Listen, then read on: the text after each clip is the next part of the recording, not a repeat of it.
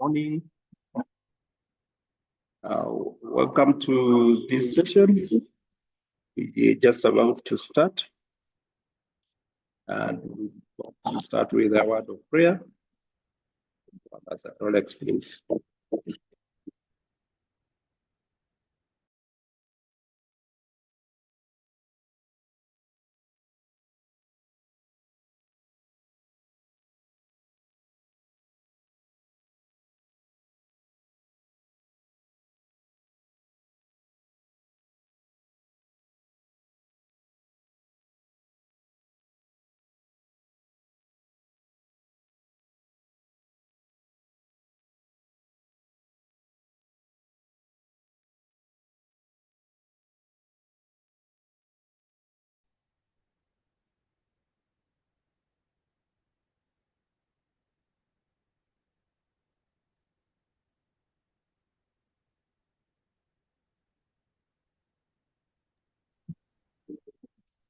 Okay, thank you, Rolex.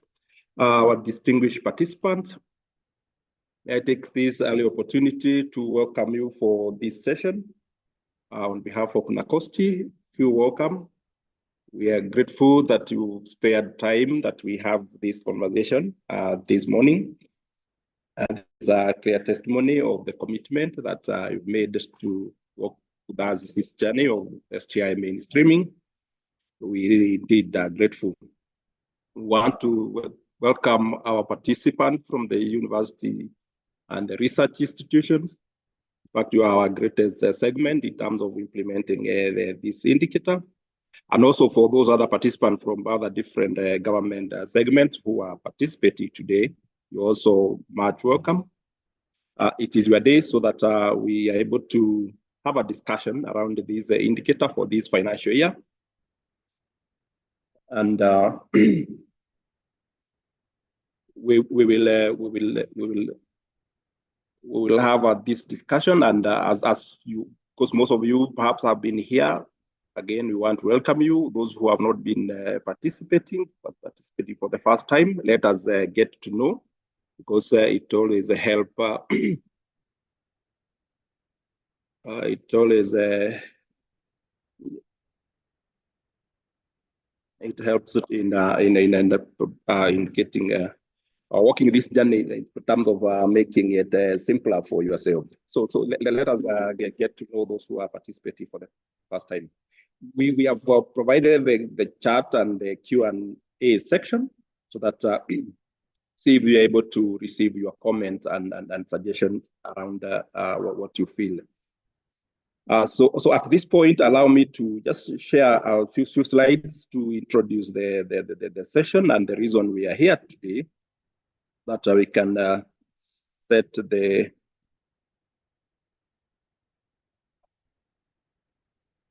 yes.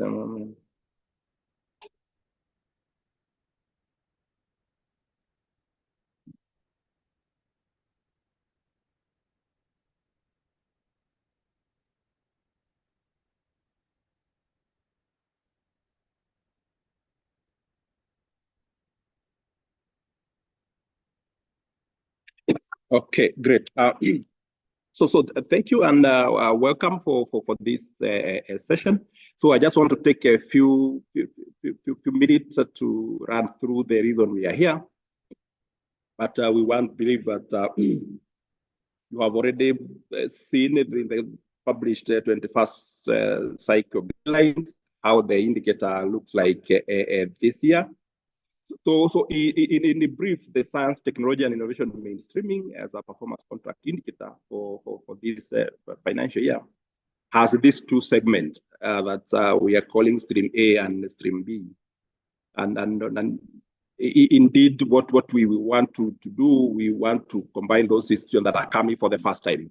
But for the team that are here, particularly from the university sector, the research institution, we want to believe almost most of you have been part to this, so you may find yourself in the stream B. But should there be any other participants who are participating from other sectors that are participating for the first time, they are in stream A. And then, for example, stream A, what we're expected to do is to develop this institutional STI mainstreaming strategy. That will be your commitment, and also commitment around implementation, around the kind of the strategy that you're going to come up with. Indeed, for us, the key document in terms of how we want to mainstream matters, science, technology, and innovation in our processes, in our programs and activities, this document is critical. For stream B, what we really want to do, and this is from the high powers, high offices, that we really need to tweak the performance contract, the approach.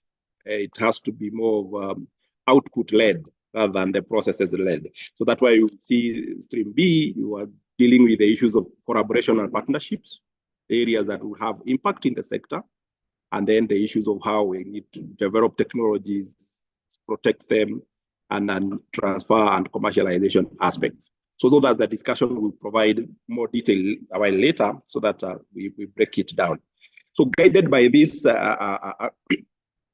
sub-indicators, so we have set our objectives to run this quarter one sensitization that to touch around the issues of the following number of issues. But the main goal for us being here, and this is also our commitment every quarter, we need to be having this conversation, is really to make it or facilitate the processes of implementation. Of course, what we are looking for is effective implementation, so that it is easier for yourselves and for ourselves. And once we get it right, it will be great for our country and for our institutions.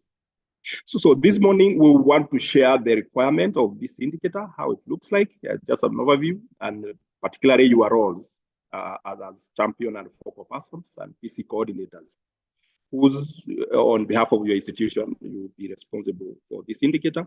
So we need to have that discussion so that it's easier for everybody. We also want to provide a guide on the annual work plan, because again, it's a continual improvement. We just want to simplify it further for yourselves so that we automate or digitize the whole process. And so we'll have a discussion as to some of the options that you have around what to implement this year. The reporting framework, again, will be continually improving the system, and we'll have a discussion in there.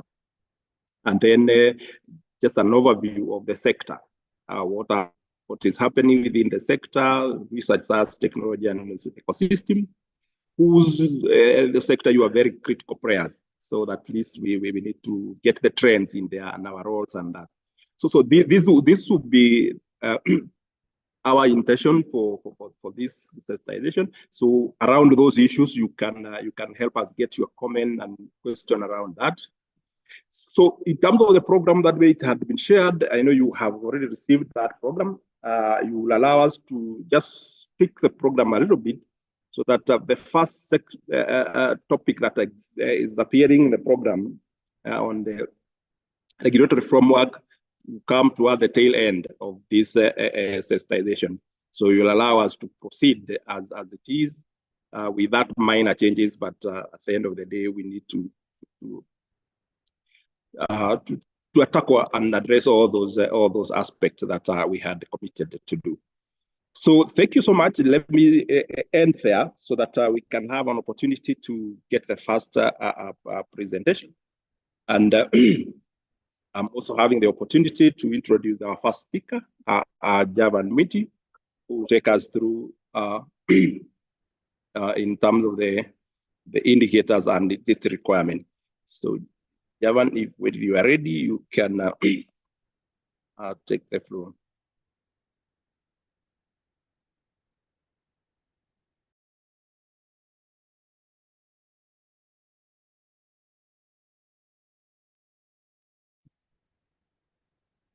Thank you, Dr. Gigi. I hope participants can be able to hear me. Am I audible? Okay, thank you. Once again, ladies and gentlemen, let me take also this opportunity to welcome you for today's sensitization on the matters research, science, technology, and innovation.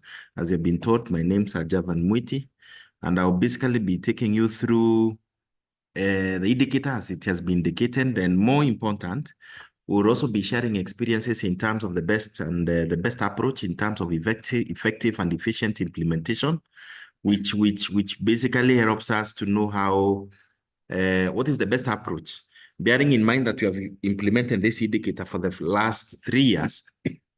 And again, bearing in mind that we have some of us who are joining for the very first time, how do we manage so that in terms of implementation, we are able to implement the indicator and attain the intended objective? So for the ones who are joining us for the very first time, welcome. And for them that have been with us, again, it's a learning experience.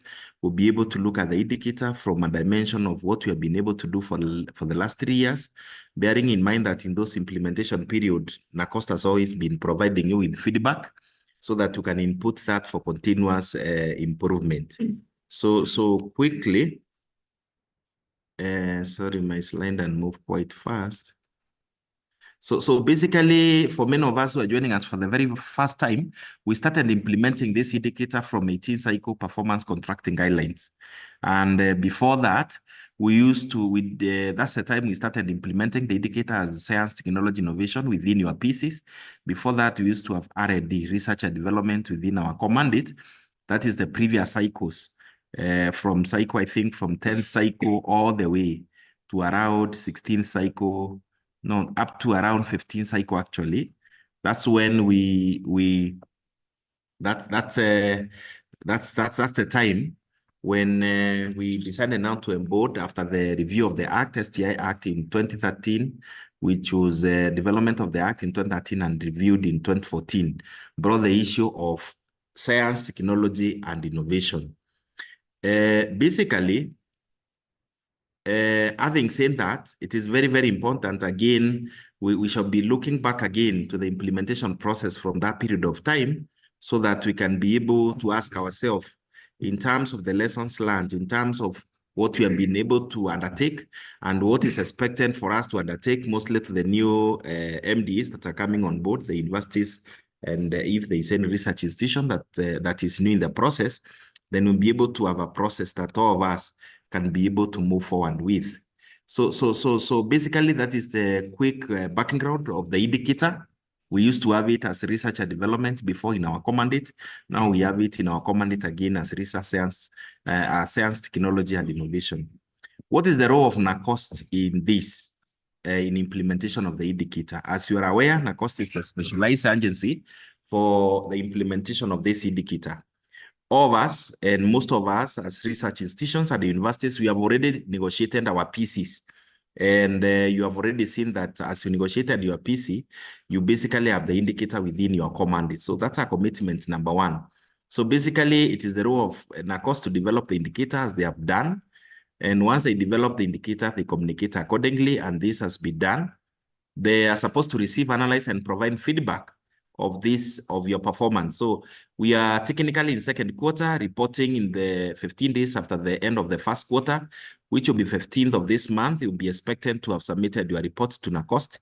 NACOST will analyze that report and give you feedback. And that's why I was saying, if we look at the last 3 implementation years, that if some of us who have been in it, then the question is this continuous input, this continuous feedback that you get in NACOST, how much is it helping you to ensure that you improve the reporting of the next quarter? So the expectation is that as you submit your report for this quarter, NACOST will be able to analyze within 15 days after the 15th day of the month and give you a feedback which you need to integrate, which you need to make it as part and parcel of improvement of the second quarter, which is very, very critical. Again, here you need to observe and ensure that you report as per the indicated timelines, because these are not NACOST timelines. These are the guidelines. The 21st performance contracting guidelines have spoken very clearly in terms of these timelines. And again, you know very well that if you miss timelines, again, the guidelines have introduced, you'll be penalized. at a score, at a rate of 0.05 of your overall cumulative score. So again, you don't want to get yourself into that. Another key aspect, another key task for NACOST is to provide technical support for MDAs as they are doing today. Every quarter, they'll run a free sensitization. So if you are not able to participate or maybe to organize a face-to-face, which is demand-driven, and you realize that probably within your training plan, you may not have resources, then you can always participate in these online trainings, which you'll be able to build your capacity. Also, you can always request if you need face-to-face. If there is demand for it, you can also request NACOST. If what is being done is not very sufficient in terms of helping you have a very effective and efficient implementation of the indicator, you can always request NACOST, and that will be done. At the end of it all, there will be assessment of your performance of what you have been reporting from first quarter to fourth quarter, and ultimately you'll be able to get a score. Like this time around, a score has already been issued. You can check at the NACOST website all the scores of all the institutions, MDAs that participate, and those scores are already there. So basically, it's good for you to realize that, because implementation basically will be around those requirements. They are basically the requirements that you need to meet. Quickly looking at science is creation of knowledge, and many of us, all of us actually in the sector, we are in the ecosystem of research, science, technology, and innovation. So when you create knowledge, that is science. When you apply that, is technology, and when you apply technology, that is innovation. So basically, this is our area, and this is what we do. Why STI? The rationale and justification is very simple. If you look at our Vision 2030 as a country, we have indicated science, technology, innovation as a pillar number 2. Again, looking at our MTP4, most of us who have been involved in terms of developing MTP4 from the concept note, then you realize that the role of science, technology, innovation is very critical. It cannot be overemphasized. And more so, if you look at, for example, if you look at MTP3, that was actualizing the Big Four agenda, for example, they had even identified key projects and programs that were supposed to be done under science, technology, innovation. And MTP4 has borrowed highly from MTP3, and also it has carried key areas within the implementation matrix of MTP4. You'll be able to see also programs and activities that basically have to happen within science, technology, and innovation. So basically, in terms of socioeconomic development, we know the role of science, technology, innovation, and this will be emphasized in the next presentations that will be done, and more so by the Director General himself. You'll be able to see the bigger picture in what I'm saying. Now, for us, as universities and research institutions, the relevance in terms of having this indicator, you realize that the indicator is within your core mandate. And there is a very close relationship between what is in the PC and in your strategic plan. When you're developing your institutional strategic plan, the first thing that we identified was the strategic issues. What are the issues that you wanted to address? And you realize and you agree with me, in compliance with 5th generation strategic plan guidelines that were issued by State Department of Economic Planning, you realize that strategic issues that you needed to address for you to attain your mandate, most of them, those strategic issues revolved around the domain of research, science, technology, and innovation. So once you identify that, you break that into goals, you break that into key resource areas, and ultimately you have the objectives. So objectives is what you are pursuing. It's through the objectives where you are setting your metrics that you want to attain within the 5-year plan, within your strategic plan. And since your PC is the actualization platform for your PC through the work plans, then those objectives are very critical. So the question is, in terms of sufficiency and adequacy, how much have we been able as an institution to ensure that matters, science, technology, innovation have been taken care of? So again, to support this is already within your core mandate. Remember, it's within your core mandate. You exist because of your core mandate.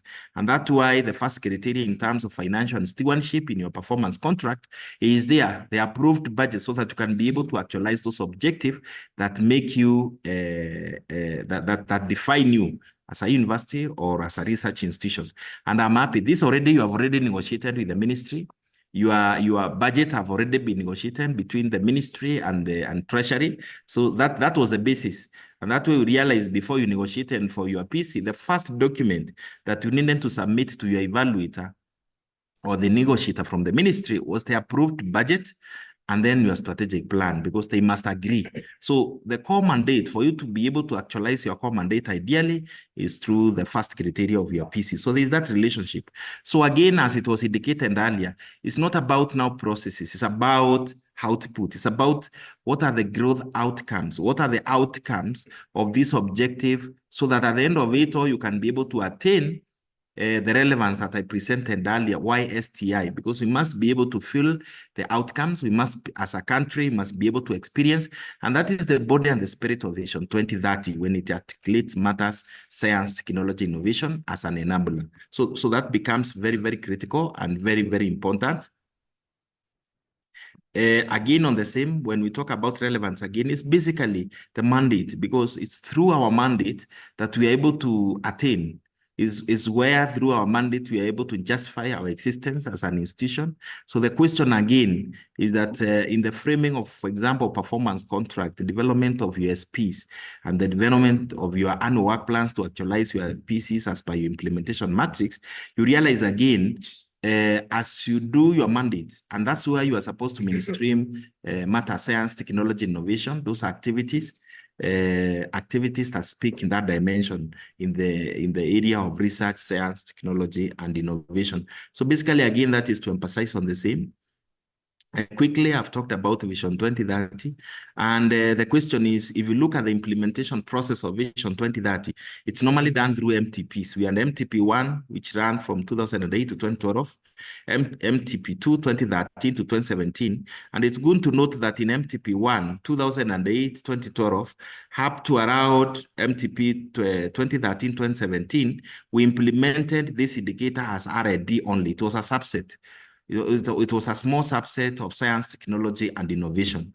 But from MTP3 to MTP4, MTP3 was actualized by the Big Four agenda, and MTP4 is, of course, actualized through BETA. But this is where we have a lot of emphasis to ensure that we now mainstream matter, science, technology, and innovation. So you can see the difference. And the indicator now, the scope of the indicator is bigger.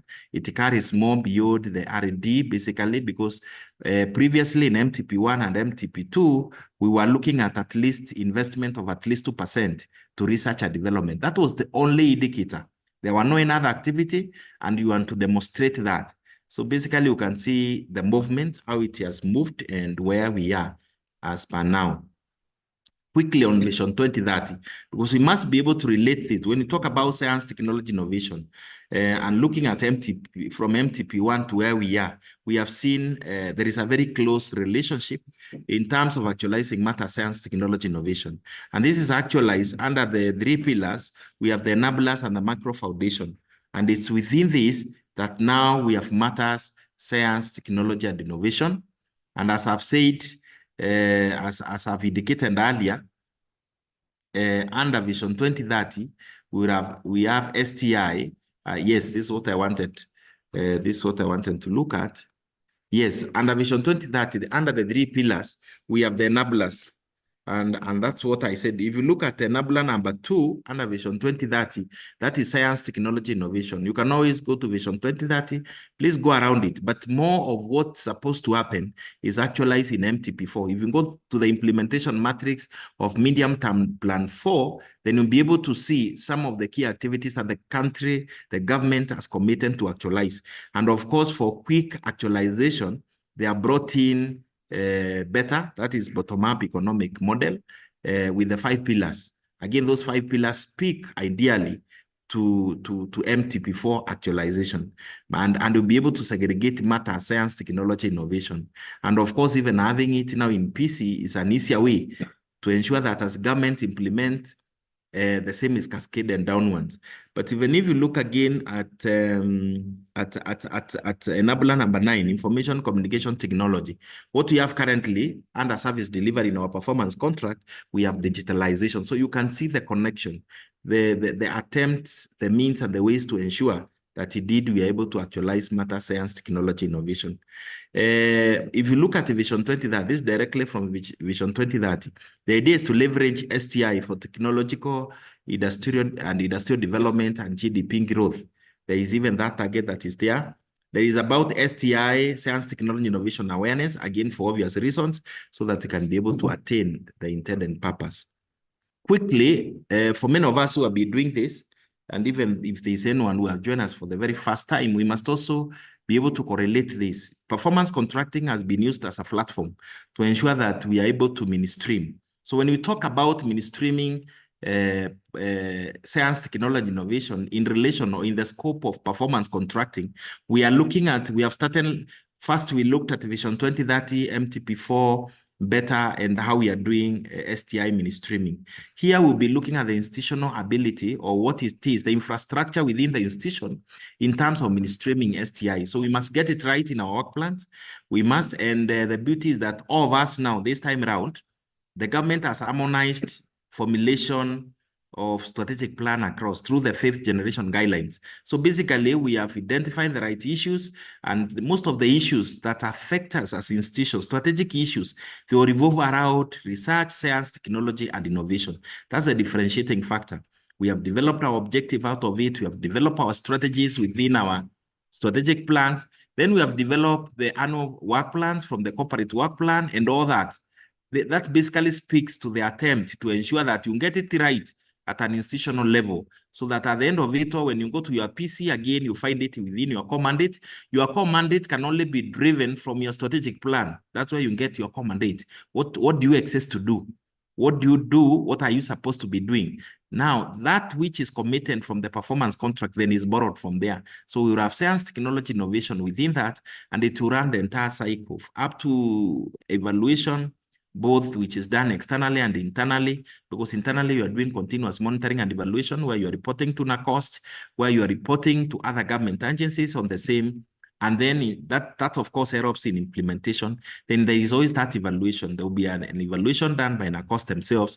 There will be an evaluation that is done by the government through performance contracting and monitoring unit. And there is also your internal self-assessment that you're supposed to do, so that it can inform your continuous implementation. So when we need to get it right, when we talk about STI mainstreaming, so that we can be able, and remember the riding one here is now the growth outcomes. We need to be looking at the outcomes, so that if we mainstream well, then at the end of the day, we'll be able to feel the impact. When we'll be doing our end term reviews, we shall be able to assess the impact. What is the impact having implemented this? And again, the value proposition. So basically, that is the guiding factor in all that. Quickly, again, because this is a platform that you're using for the same, there is the issue of leakage with the planning. The entire process is planning. We have started from Vision 2030 all the way. You start with the institutional strategic plan, where you identify matters that speak, the issues that will speak to research, science, technology, and innovation. And in fact, most of you, because your university is a research institution, you'll find you have a clear KRA, a key resource area, that is purely dedicated for research, science, technology, innovation. That one, you'll find it in most of our strategic plans, because that is our core mandate. Research, science, technology, innovation is basically our research as institution. So when we get it right in terms of that, then of course, it will run through the normal process of performance management or performance contracting for that matter. We have our PCs. Remember, our PCs are borrowed again from our PCs from government perspective should be implementing MTP4s. MTP4s, when you're developing your strategic plan, the requirement was you need to harmonize your strategic plan with MTP4, for example, the medium-term plan 4. You are to harmonize your strategic plan again with better. The same thing, if you look at the requirement under the core mandate within your performance contract, one of the first requirements is that you must identify performance indicators that speaks to Vision 2030, that speaks to MTP4, that speaks to better, and all that. So that's basically the entire process I'm talking about. They're linking the same, and ultimately the expected outcome. We exist for that. That's what Mwananchi wants. That's what Wanjiku needs. That's what everyone wants. Your customers, both the external and the internal, they're interested with the outcome. They're interested with the impact.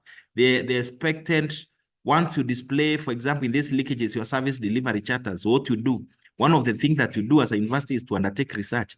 As a research institution is to do research. Then what is the expected outcome of that? How many patents have we been able to register, for example?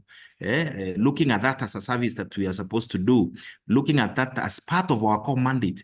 How many, or what about commercialization?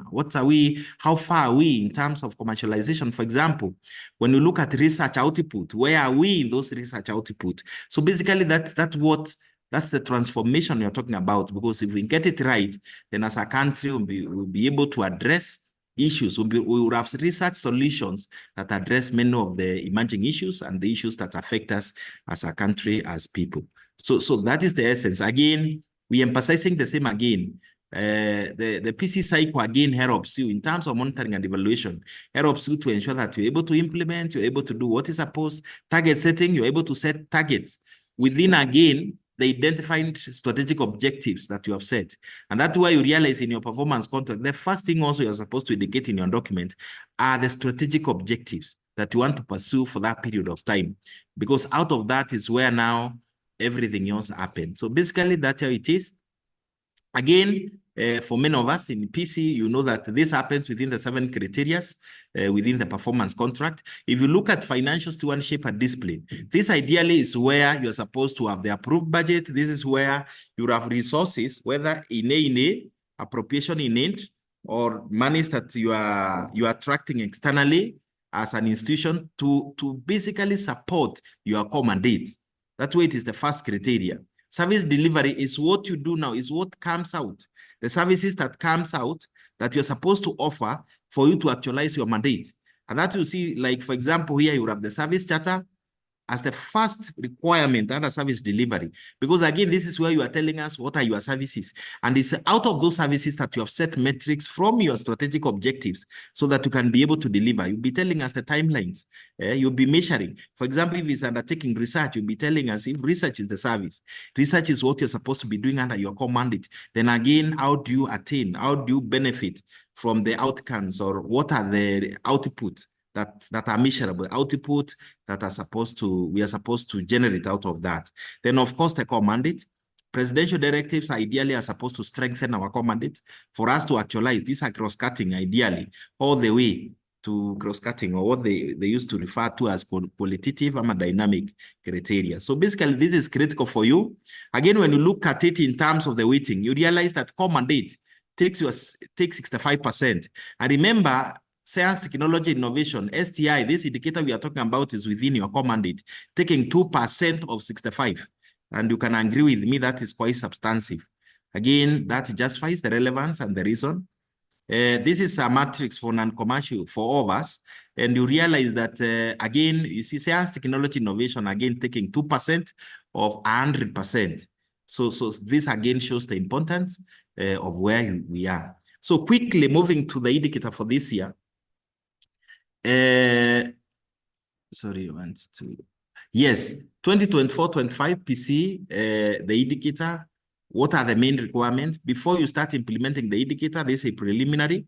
You are supposed to appoint a focal person, or you appoint and champion. So most of us, and I know this has been communicated, mostly when you have now the focal person who is the chair, and the champions as members, then you form what is called the Institutional STI Mainstreaming Committee, which ideally runs as per the life of your STI strategy.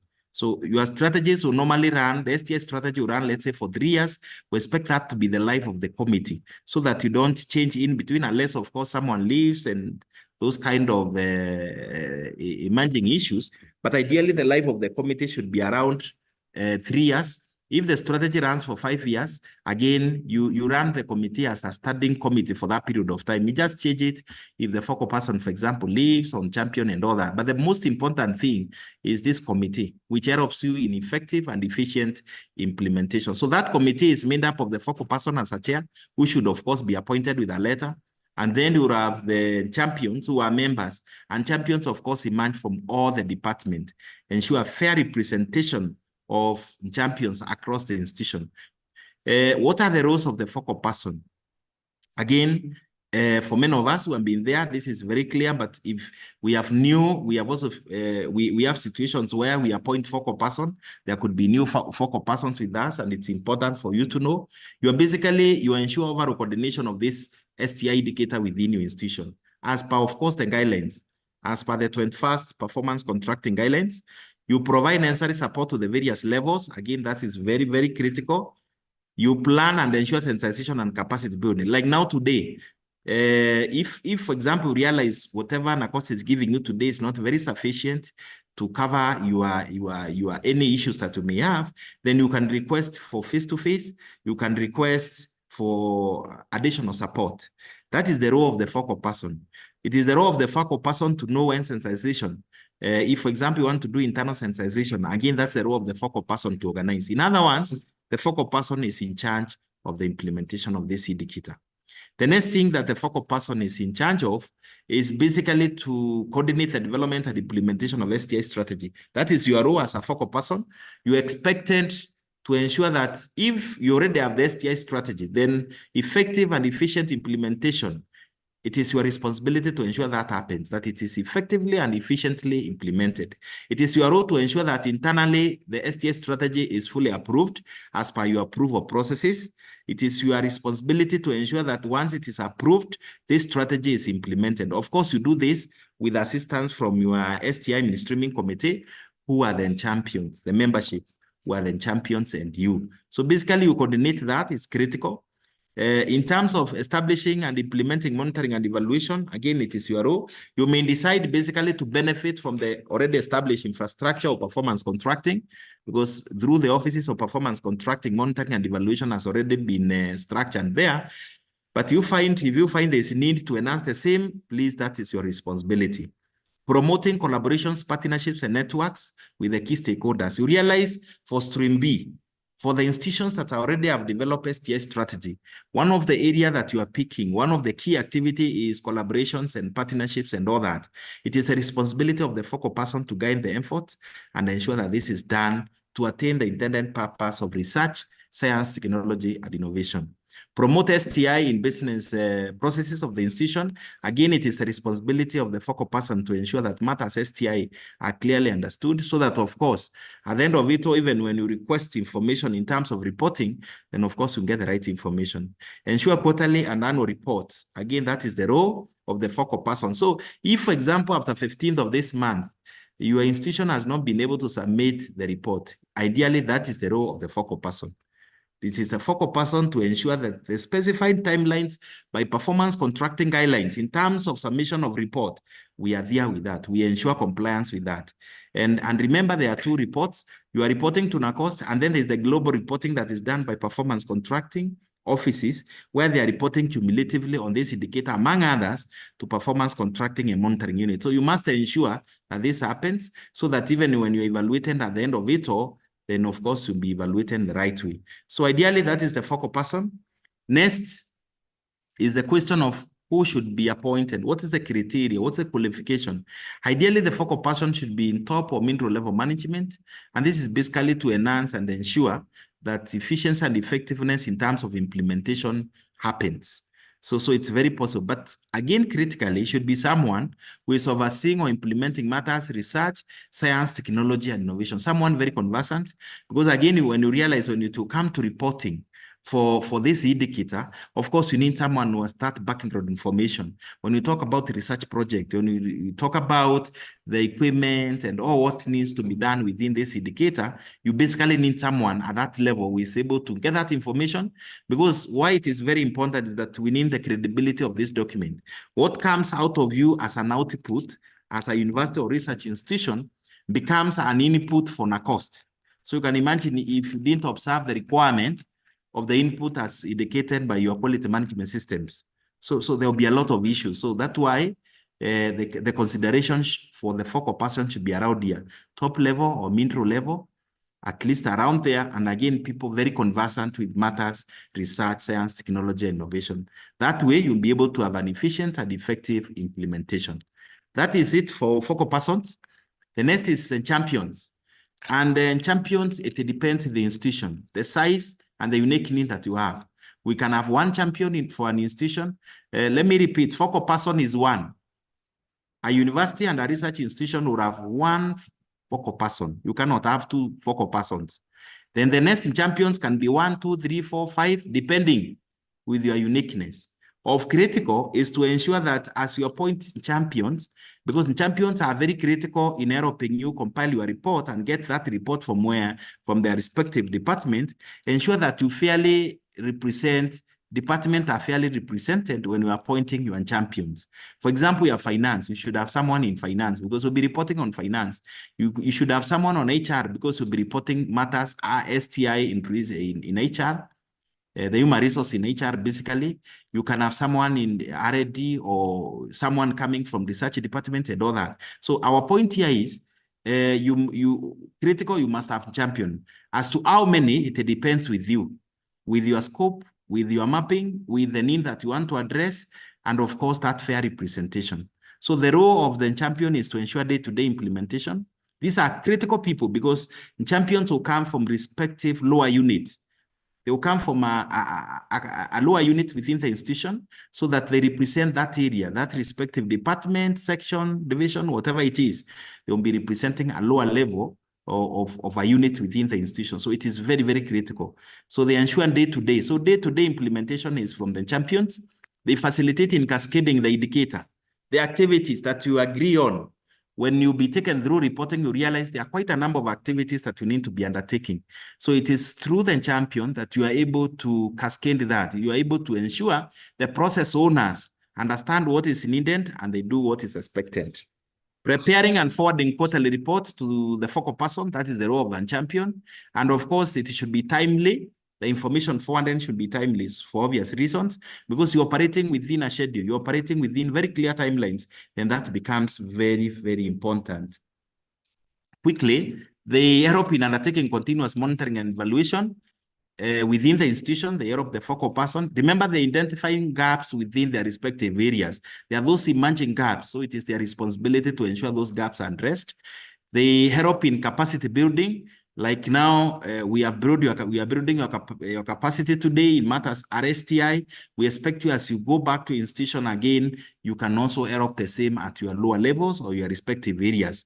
Through the focal person, you can always sometimes, if you decide to maybe organize an online one, you can always also request in a course to be part of it. They can be able to help you, but it is the responsibility of the focal person and champion to ensure capacity building and sensitization for their respective staff is done. Promoting STI committed activities, you'll be taken through those activities and you realize that at a lower level, it is the responsibility of the focal person to ensure that happens. Who should be a focal person? Or very important, because most of us have been running programs in terms of change management. These are people with a lot of passion, committed, and who are able to champion and transform and lobby others in matters STI, science, technology, and innovation. So look for the people. Of course, they'll be conversant. If they're not conversant, NACOS can organize, like now we are doing today, sensitization and capacity building. The focal person who is already trained can take them through, can build their capacity to understand what is expected, what is the scope of what is expected. But ideally, they must be champions, they must be able to transform, they must be those men and women who have the passion and commitment for this, for matters, research, science, technology, and innovation. So that it is for focal person and champions. And before I conclude on that, I emphasize again, when we have the focal person and champions, you constitute now your university STI mainstreaming committee. The focal person is the chair, members are the champions. So you make that committee, you start meeting. It is through that committee that you start now planning for how to develop or how to implement your science, technology, innovation strategy. It is through that committee you develop your work plans. It's through that committee that you'll be able to do your reporting, because reporting should be done within the committee. So the committee is very critical. It is through that you deepen matter, science, technology, innovation. Who is eligible? I started, ladies and gentlemen, by talking about Vision 2030. And a keen look at Vision 2030 as we went through that presentation, that slide, sorry, you realize that STI is already an enabler. So all of us contributing to Vision 2030 have a role to play in matters research, science, technology, innovation. And you being universities and research institutions, of course, this is our area. This is the area for universities. You're already eligible for it by the virtue of your mandate, and research institutions. We exist for this. This is your core business as an institution, as a university or research institution.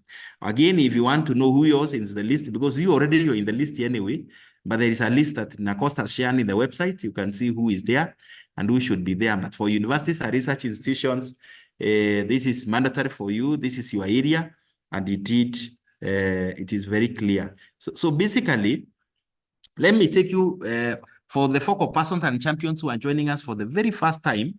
It is going to take us back a bit and see how the indicator has moved. In one of my slides, I took you, we looked at MTP1 and MTP2, and we said within that period of time, what we had was R&D, 2% allocation of R&D to matters research and development. But the same thing, but when we came to MTP3 and 4, that's when we started now implementing science, technology, innovation in a wider scope. The scope widened.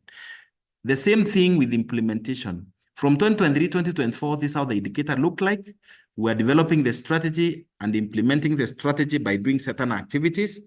And these were the activities. We are documenting research programs. We're ensuring annual budgetary allocation for R&D, and of course, at least 2% of operational budget. And we were undertaking research, technology, innovation, and transfer and commercialization. So for 2022, 2023, this is how the indicator was for many of us who are joining us for the very first time. And of course, we are disseminating research findings. Again, this is an area you considered in this cycle, which was basically the 19th cycle of performance contracting. In 2023, 2024, last year, this is already the indicator, the activities you have implemented, and you have already been evaluated on it by NACOST. And you can check your score. You can check the score of your institution in the website of NACOST. It will be there. So here again, we are either appointing or reappointing focal person and champion as a compulsory preliminary activity. But the real indicator involved development or implementation of STI strategy using the template. So you're either developing or implementing. And then you develop and implement the annual work plan, and you submit the report. As we move the indicator now, if you look keenly at the indicator, we are becoming now, we are moving more to output-related activities, so that we avoid processes and we start focusing more on the actual thing that has that growth outcome that we talked about. For this year, 2024, 2025, the first thing you have is the enabling environment. For you to do or to implement the indicator, you must meet the enabling environment. And this again is either you are appointing or reappointing focal person or champion. Again, we said our institutions are very dynamic.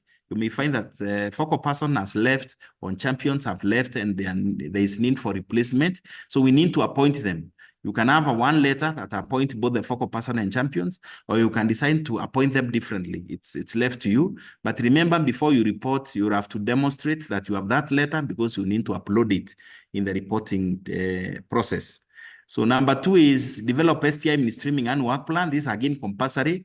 Remember last year, this is an improvement moving forward, and it has been it is already embodied in the portal. As you report, it's already there, and will be taken through it in the next session. Training of focal person and champions, as we are doing again, is compulsory, so that also you may be more informed in terms of implementing of what is expected. And then, of course, sensitization and capacity building on STI, as we are doing today. So quickly, once you meet that, then you go to the indicator, and these are the sub-indicators of the indicator, and these were taken through in the earlier presentation. You are developing the institutional STI for Stream A. This is the new entrant. I don't know for the universities and research institution whether we have new entrant, but again, it depends if your STI strategy was approved. If it was not approved, then of course you need to have it approved so that you can start implementing. Then the next thing is strategic issues. So in your STI strategy, you have identified strategic issues that needs to be implemented, and through your work plan, you'll be able to schedule them. Stream B are the ones who already have an approved STI strategy. And that's where, again, we talk about collaborations and partnerships, and of course, technology, either transferred, adopted, and all that. So basically, these are the 2 streams. If you look at Stream B, we are now more on output. We are more concerned now with growth, the outcomes. What are the outcomes? Because that is where, that should be the direction. Out of our research solutions, what is the outcome? I mean, what are we getting out of it? So basically, you can see there is a lot of attempt now to move away from processes to more achievable input, output that we can be able to have. For stream B, there is amplified explanation that has been given. This will not find in the guidelines. Remember, the guidelines says that extra information will be provided by the specialized agency within their website or through another means. So NACOST has already made it easier for you in stream B. And the two activities that we have talked about, collaborations and technology, they have been amplified, tuned for you so that you can have a wider area of, because all of us, we are not in the same level in terms of collaborations. We are not in the same level in terms of technology. So basically, that has been taken care of, and I will not take a lot of time here because I know that this will be the basis of the next presentation. But basically, this is amplifying the activities in stream B, the activities that are needed. Ladies and gentlemen, the next thing we need to quickly look at in a few minutes is monitoring and evaluation. Here, the emphasis is very simple. Please ensure that you monitor continuously. Ensure that all these quarter reports, you submit them as per the timelines so that you don't have any issues. And NACOST has provided you with all what you need for you to have a very quick implementation and reporting. So you submit by now this month, by 15th, you are expected to have submitted your report to NACOST. And then, of course, NACOST will be able to give you your feedback within 15 days for the quarter. And if it's on annual basis, they are always given 30 days. Basically, that's how it happens as per the guidelines. The template, as I said again, the process. Remember in 19th cycle, you requested that NACOST simplify the process, make the process easier in terms of reporting. And he did, I'm happy to report that when that presentation will be done on reporting, you agree with me. Automation and your concerns were taken, and they became the basis of improving the reporting process. As I said, all the documents that you need for this are already in the website. You'll always find them there. Please visit the website, create traffic there in their website, and you'll be able to get all the information. Some of the challenges that have been, of course, emerging in the line of continuous implementation has been like low budgetary allocation, poor and unsteady funding, inadequate infrastructure, etc. But I want just to encourage you as you report for this first quarter, if you missed it out in terms of a clear line of allocation for R&D, for research and development, of course, we exist for that. So you'll always find it is there. But please, as you report also, look at the expenditure that you have spent that touches in the entire ecosystem of research, science, technology, innovation. Did you buy any equipment for research in that area? That is part of it. Do you have projects that are running? You know, do you have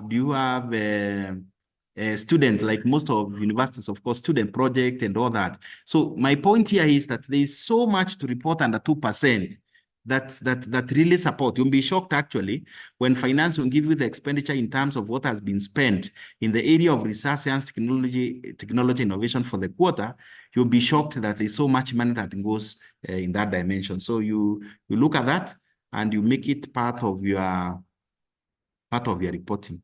Quickly, some of the, as I said again, some of the experiences that we have been able, or some of the best practices that has really helped deepen matter science, technology, innovation within our MDAs, formation of those committees. We encourage you again, please operate through those committees.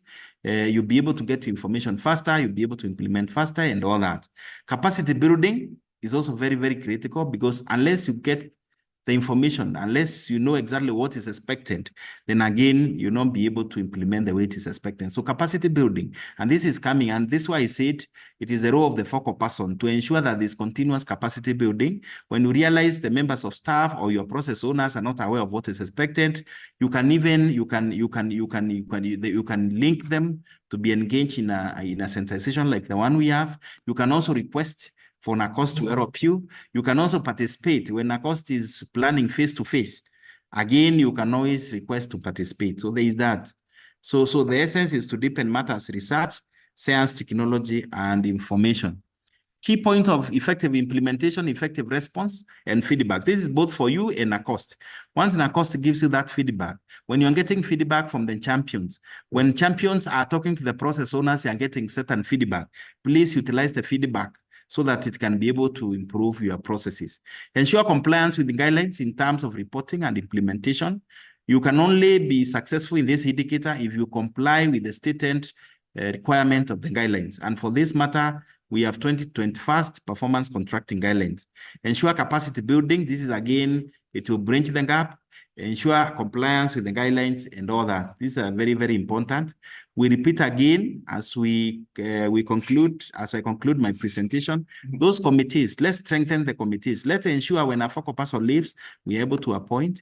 When the champions leave, or probably is no longer a member of the committee, let's appoint others. Let's ensure that as we appoint our champions, they at least cut across. They're able to represent key areas that we need information from. And then, of course, I talked about the implementation, the simplified reporting framework that has been done by NACOST. You'll be able to go through it, and I'm sure you appreciate what I'm saying.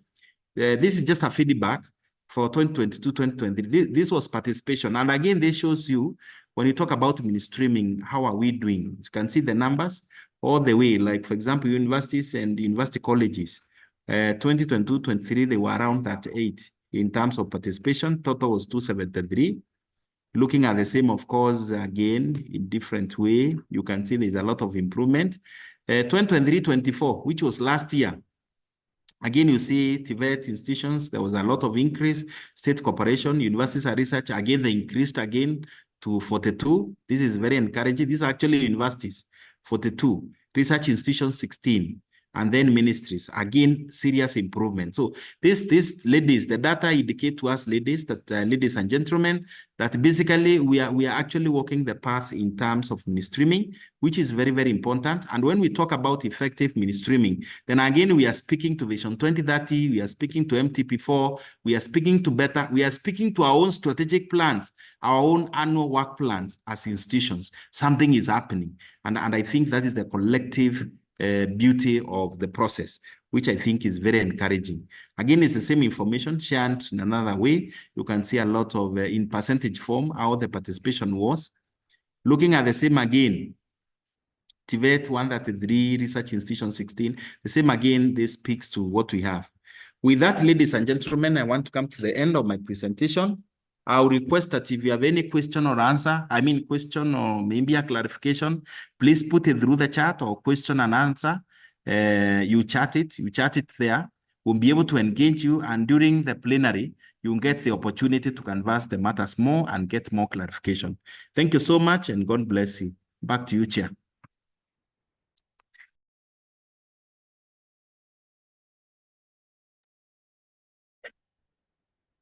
Okay, thank you. Thank you, Javan, for taking us through that presentation that really give us the basis for this presentation and for this sensitization. Allow me quickly, distinguished participant, to just move into the next piece of the presentation.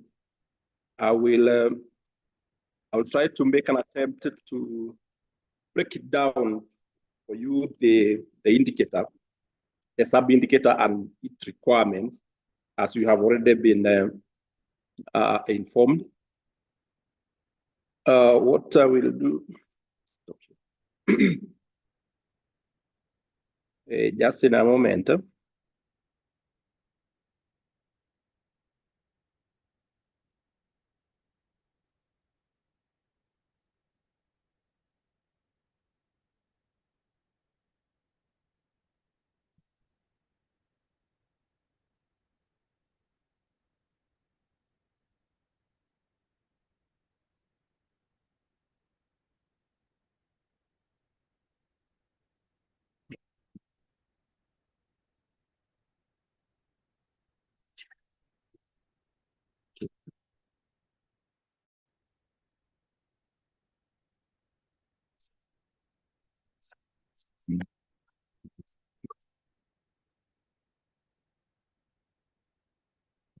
Perfect.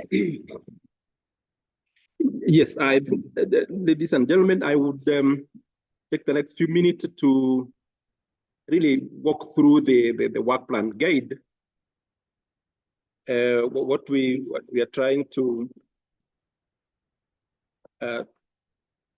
how we've broken it down for your ease of implementation. So the indicator, as you have seen, as you've been taken through. But before we go into the specifics, I just wanted to highlight some of the few things that we have already seen in this STI mainstreaming for the past few years that you've been around. And for this is just to really appreciate and say a big thank you for those who have been sharing the data and some of the things, the quick low-hanging fruits that we are seeing, the real impact that we're already contributing. A good example, the data that you've been sharing has really impacted in terms of position Kenya in the Global Innovation Index position. You are aware that 2023, we were position 100. You've been able to move 4 steps forward, courtesy or partly because of the missing data, the data set that were missing. So what you're doing and even spending your time here, the data you'll be sharing is not in vain. We really want to say thank you to our institution who are saying that, and particularly the universities and the research institution, you are largest contributor in this. We've seen the institution, how they are strengthening the RSTI infrastructure. These are some of the things we really need to celebrate, courtesy of this indicator and yourselves, because you're able to champion these matters across your institution. There are some of the institutions that never used to have research and development budget. And we have testimonies that institutions have been able to position and prioritize in the way of through this platform. That institutions are now positioning themselves. Some are even establishing R&D department that used to be there. But particularly for research institutions and universities, you already, this is your domain. But these are the things we are seeing across the public sector that are really coming through. The issues of how we are managing our intellectual property assets. We want to believe the push through this indicator is increasing the number in terms of the institutional policies. And we need these policies to create that conducive environment for innovation and commercialization, creating that innovative culture, incentives around there, and really try to protect our ideas. So these are some of the things that we have been able to crystallize from this indicator, but I just wanted to share this just to say thank you. And for you, as you're here, it's not in vain. What we are doing the right thing for our institution and for our country. In a quick snapshot of the institutions that are participating in the last financial year, were 318, both across the public sector. And because our key selling document is Institutional Science, Technology, and Innovation Strategy, this document is really important to ourselves, and we are able to note, we are happy to note about 73% of the institutions that have been there have this document. And this is what led to both Stream A and Stream B, still a small segment that we want to work with. I understand in terms of our research institution, I think we only have one institution that doesn't have this strategy. The universities, you are almost there, almost 100%, but the few who are not there, we need to work this journey together. This is just for us to appreciate the journey with the positive impacts that I've just indicated. Particularly the issues of intellectual property. Again, you are the homes of innovation, but you proceed across the public sector. We still have 53% of those who are reporting who are yet to have this document. But again, is a journey that we want to work together. So this again is a picture that is encouraging, because this is the way to go when it comes to matters of commercialization and promoting innovations in our institution and how to manage across all those intellectual property assets. So this is a journey. The remaining 53%, we really want to invite you and welcome you to be on board so that we work together in articulating and actualizing that. But for the real thing that will form part of your work plan, and again, as we have indicated, it is already embedded in the system. This data set, I think all of you who are here, and I know except for few, you've been reporting, and this data, it is on our system. So you'll be expected again to report against these. These are the same data set, the issues of human resource data, in terms of the numbers, the qualification, and the likes. You are aware you've been doing this. You still continue the same even this financial year. The issues of infrastructure and equipment. Remember, our guide around that has always been any equipment, any research, science, technology, and innovation equipment or facilities worth 500,000 and above. This is what we normally are encouraged to report. Your roadmap this year is just to update what you have been giving us. The issues of R&D expenditure. This is a journey, even as a country, we really want to appreciate through this indicator that we are really trying to push our budget to an R&D expenditure, which is highly welcome. And we still continue to provide the same data. The same, again, to the STI program. This is the issues of partnership and collaborations. You've seen even this has only been, in fact, even elevated in stream B. You are doing it now in more in-depth and with real impact. But again, this data is still important. For those who are familiar with this, you still continue that and updating that data. About the issues of output, research, science, technology, and innovation outputs. We have a wide range of the outputs, be it publications, patents, trademarks, all those books, chapter, and the likes, depending on the nature of your institution and your mandate. Again, this data will still be expected. And this is the real data that I was mentioning earlier, was able to assist us push our position in the Global Innovation Index positioning. Why? Because it has been missing, but it doesn't mean that we are not be doing research. It doesn't mean we didn't have those outputs rather. But the issue has been the reporting. And again, this is again the courtesy to your efforts. That's why I want to encourage you to continue with this. And again, the issues of the dissemination. How do we disseminate our research outputs across our institution? So this data set will be applicable to both stream A and B. And for those who have been continuing this, the data that you submitted for Q4, it should be mapped to your Q1. Then your role will only be to adjust, if need be, where there are changes. So there are no issues of keying the same data once again, so that to make the process more efficient. But this, my point was, this we are continuing with both stream A and B, because each institution has to report around these, depending on their capability and their positions. So for stream A, as it's been already canvassed, stream A, we are developing the strategy.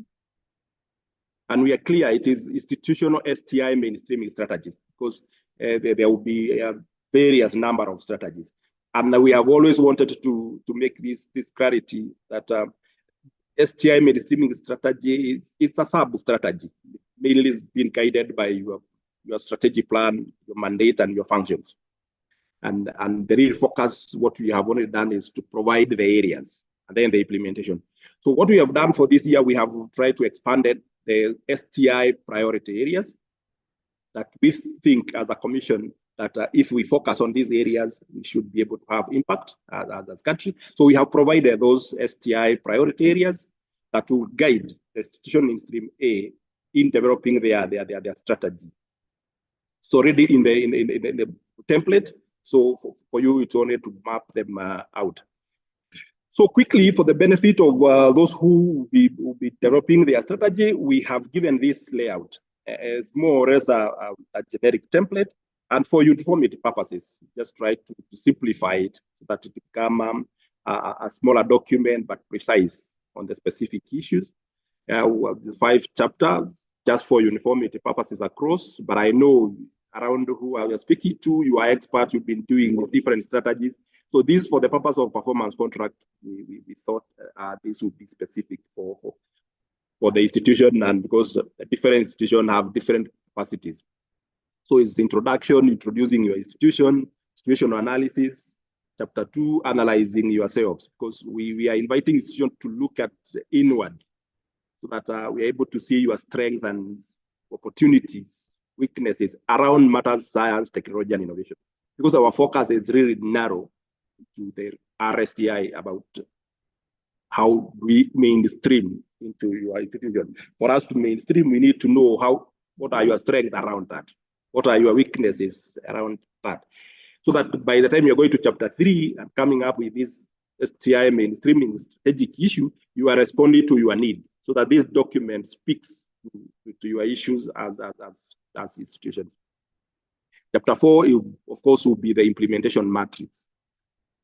Because definitely, even in your strategic plan, you always need to have that, so that you can measure what you are able to implement. As they always indicate, what can be measured can be done. So implementation framework will provide that mechanism for yourselves. Again, it's chapter 5, an opportunity for you to commit or to indicate what will be your monitoring and evaluation framework. Again, not to reinvent the wheel, your institution have documented procedures of how you represent that. For the benefit of those who are in the stream A, let me just for the purpose of just running through the strategic issues that as the commission we think would be very important guide for those who will be developing their strategies, for those who will be reviewing, because I know some of the strategies are due for review. So these are the strategic issues that we are proposing. These are STI priority areas that NACOSTI and stakeholders have agreed they are important. For example, the one is the issues of STI in education, talent development, and the next generation workforce. You see all these are revolve what you have been having before about human resource capacity. So that will be a strategic issue that we are putting forward to yourselves, so that as you generate your objectives and the strategies to address that specific strategic issue. So again, it's a very broad strategic issue. Different institutions will have approached it differently, guided by your mandate, guided by your functions. But this is applicable across to all institutions because of the issues of capacity building and even looking into the future. What do we need to have kind of the workforce that we need to have in place to address the emerging issues, the emerging technology? We are living in a rapidly changing world. So what we have provided is just some examples to guide. The template that will guide you has more examples for you. I know those who are speaking to today, this will be not so difficult for you to select at least the strategies and objectives that will speak to your need, speaks to your gap. But for the purpose of this presentation, let me move to the next strategic issue. And again, this is the issues of R&D funding, R&D infrastructure strengthening. That's the issue that we feel as a country is very important. So we wish the institution to see how to address that. Based on your capability, we understand we are going through austerity measures, but at least we still need to do something around that. What is within your means? Again, so that is a strategic issue. Number 2 is about R&D financing, infrastructure, and how are we going to prioritize the matters, science, technology, and innovation in terms of funding and infrastructure. And we are giving a number of examples in terms of the strategy, what you could opt to do. For example, one of the strategy, which you have always put forward, and we are glad it's being received well, it's a commitment to increase, to commit a budget for R&D, budget line around the matters, research, science, technology, and innovation. But again, it's a percentage of your budget that you are able to do. Allocate the fund to expand your R&D infrastructure. So those are some of the things that we want to put forward to you that would be relevant. But the most important thing is the strategic issue, because those will be common across all those who will be developing their strategies. The other strategic issue that we are putting forward is the issues of STI inclusivity and STI, creating awareness. So those are the issues of advocacy and diplomacy. And of course, even the issues of reforms around the STI. Again, another very broad aspect, but that you need to approach it from your perspective, from where you sit. But generally, that is how do we need to create the awareness around the matters, science, technology, and innovation, and how do we need to have these issues of inclusivity, gender parity, and all those. So that again, it's a straightforward but a very specific and important activity. Strategic issue number 4 that we are proposing that you will have to develop your strategy around is the issues of technology development, protection, and commercialization. This is a very important aspect, which is also featuring in a big way in Stream B. The issues of technology development are important for our institution, and it is critical for us to have very clear strategies that we are able to do as institution what is within our means, within our budget. And for example, how you wish as universities, as research institutions, how you want to approach it. Because you've seen this has always been our weak link between the research and and pushing the research outputs into the market.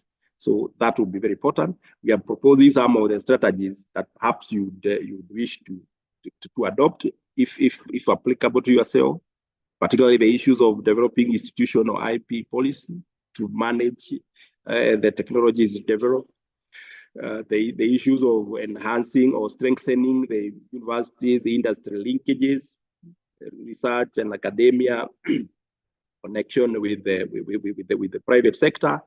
So those are some of the things. Again, we will not dictate what you need to do, but we have provided a myriad of options that you need to tick the boxes, what is doable within your stipulated period.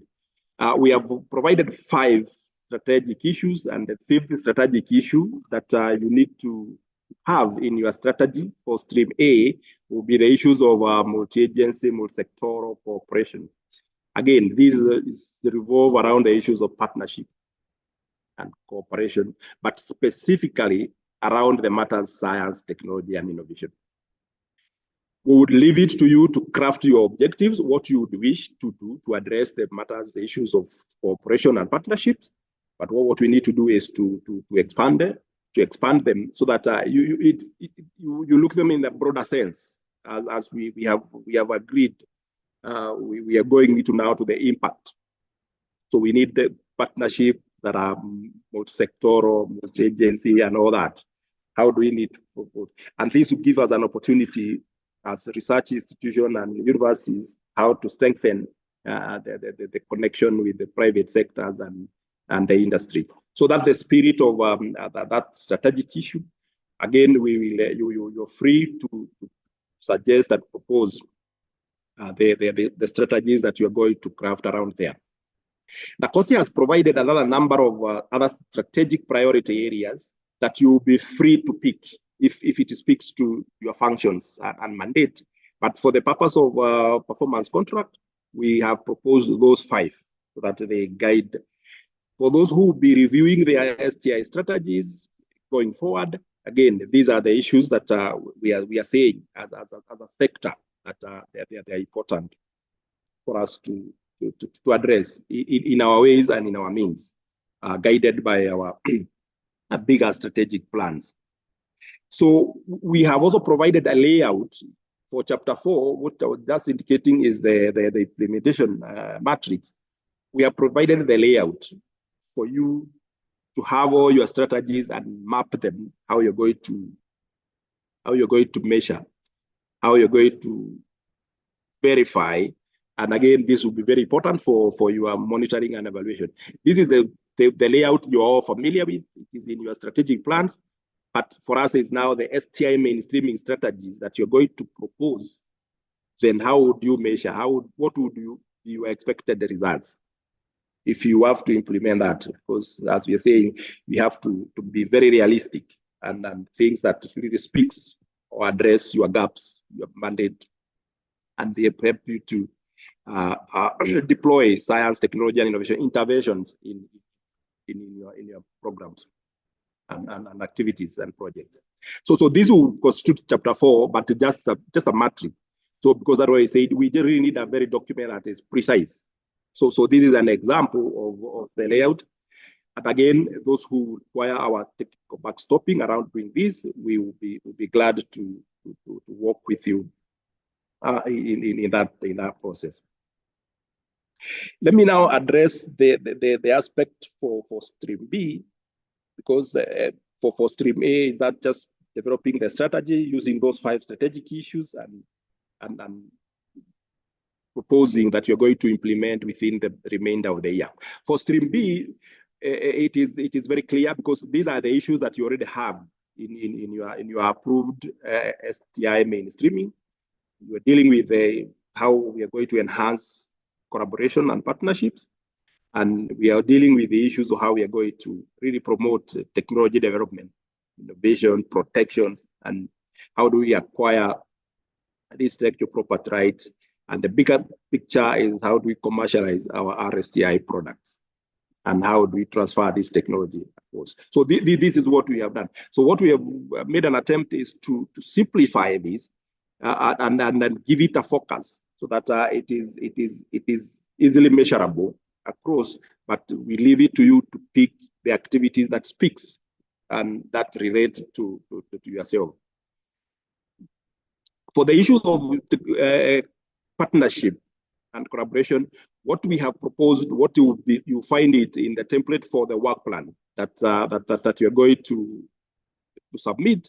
We want to address ourselves to the issues of implementing and initiating multiple helix collaboration, because we want to have everybody, all players within the RSTI sector in this.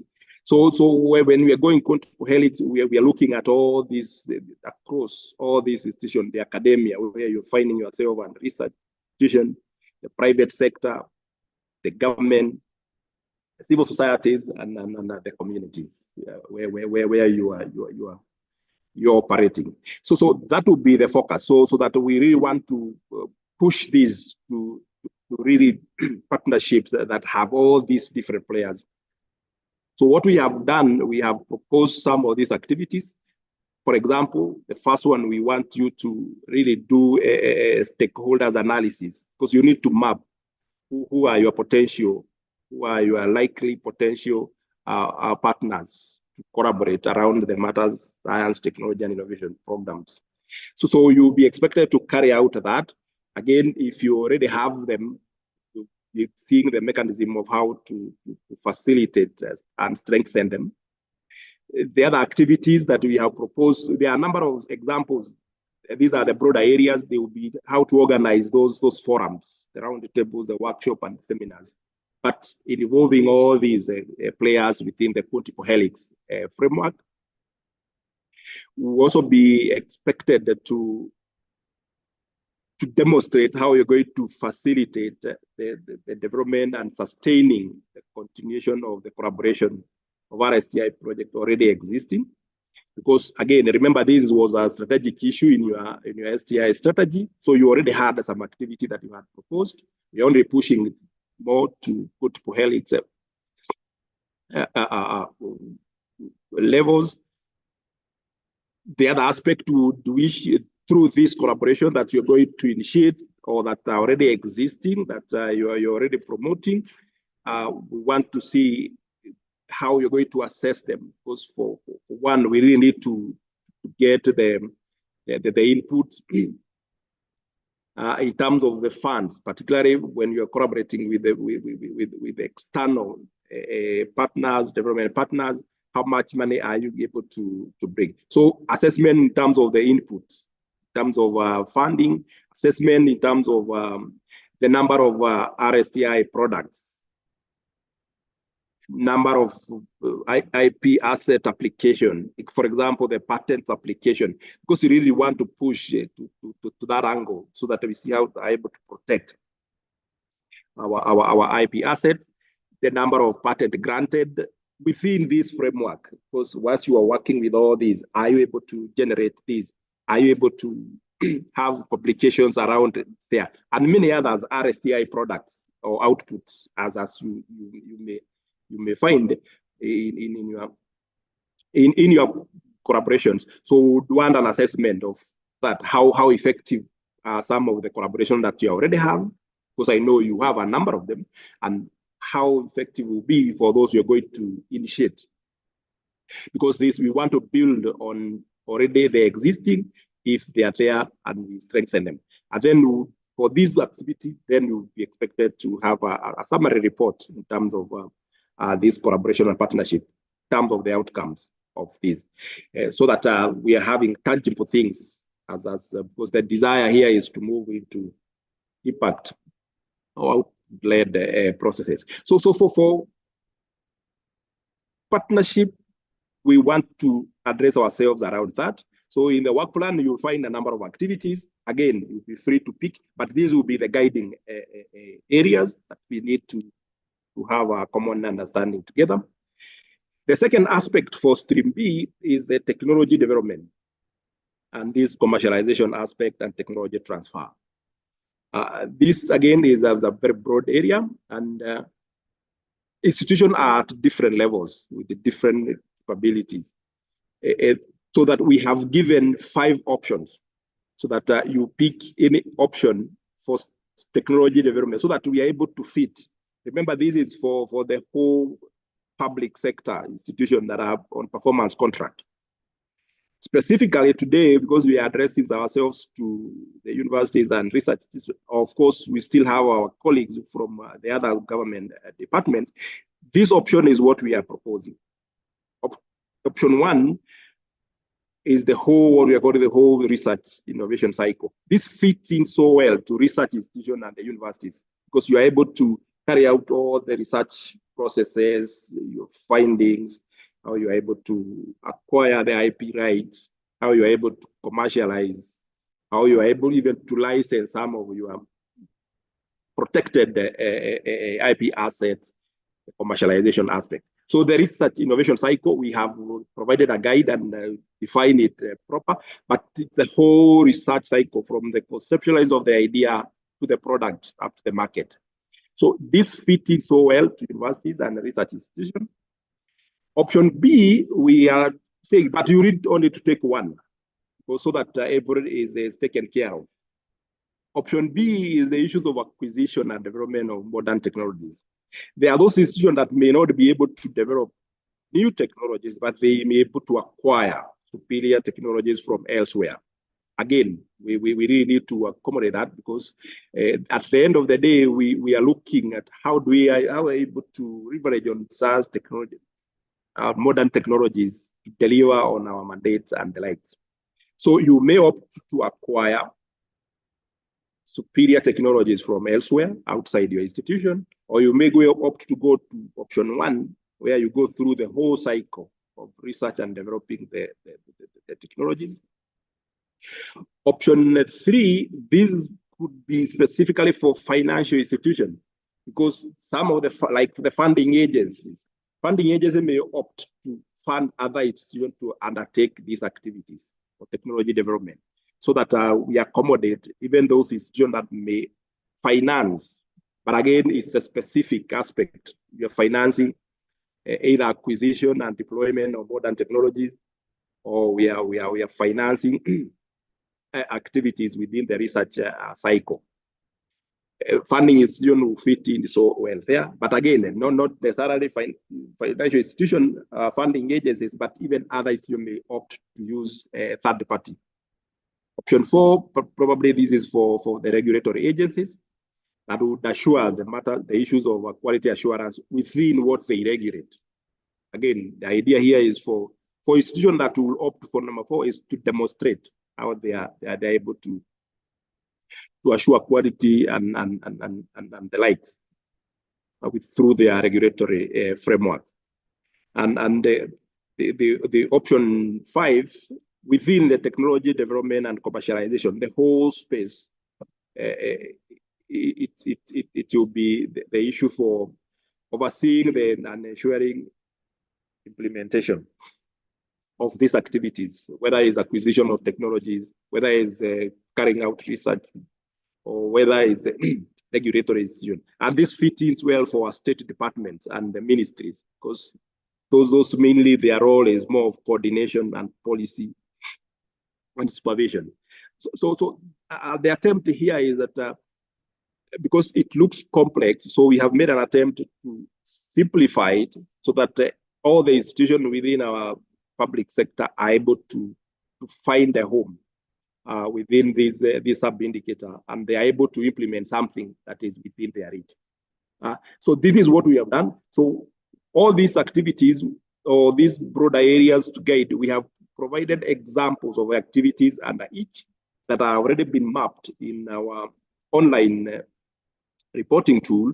So for you, in terms of generating the work plan, you'll be able only to tick the activities that you wish to commit within the year, guided by these, whatever option you take.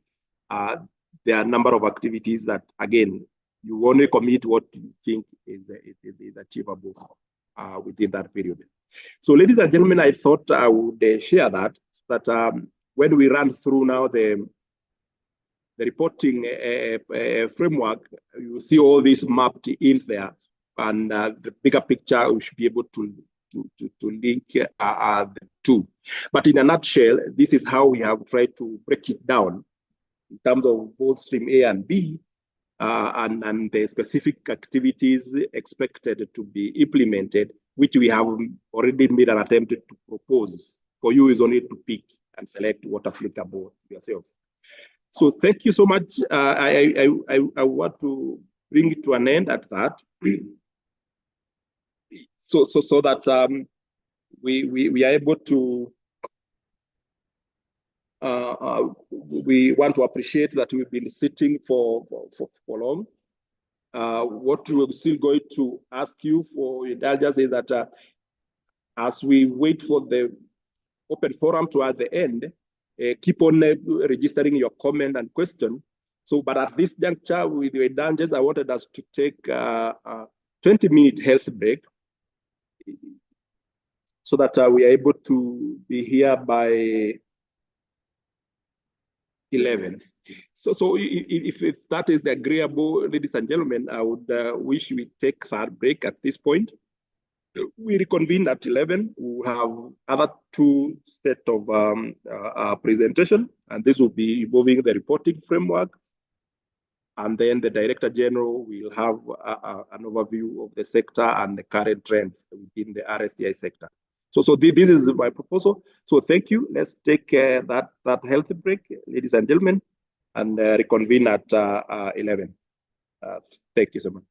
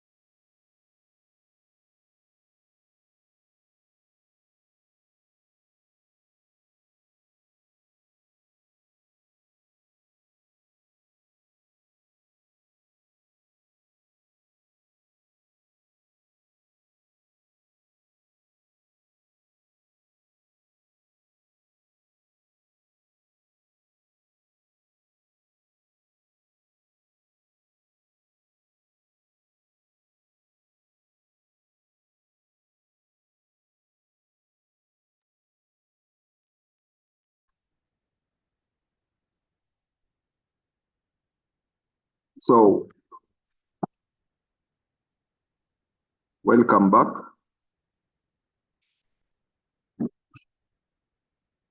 Give us just 2 minutes for the Director General to set up.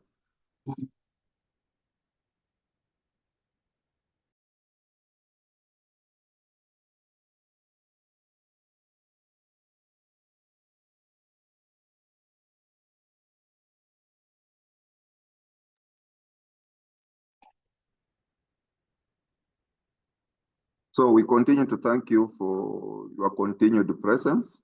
Allow me to welcome the Director General NACOSTI, Professor Walter Oyawa, to make his presentation.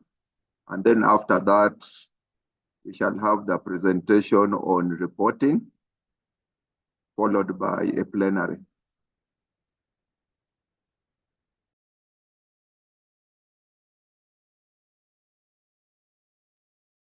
Yes, good morning. Good morning, colleagues from the academia, institutions and universities, and some of our MDS who missed out on Monday and Tuesday.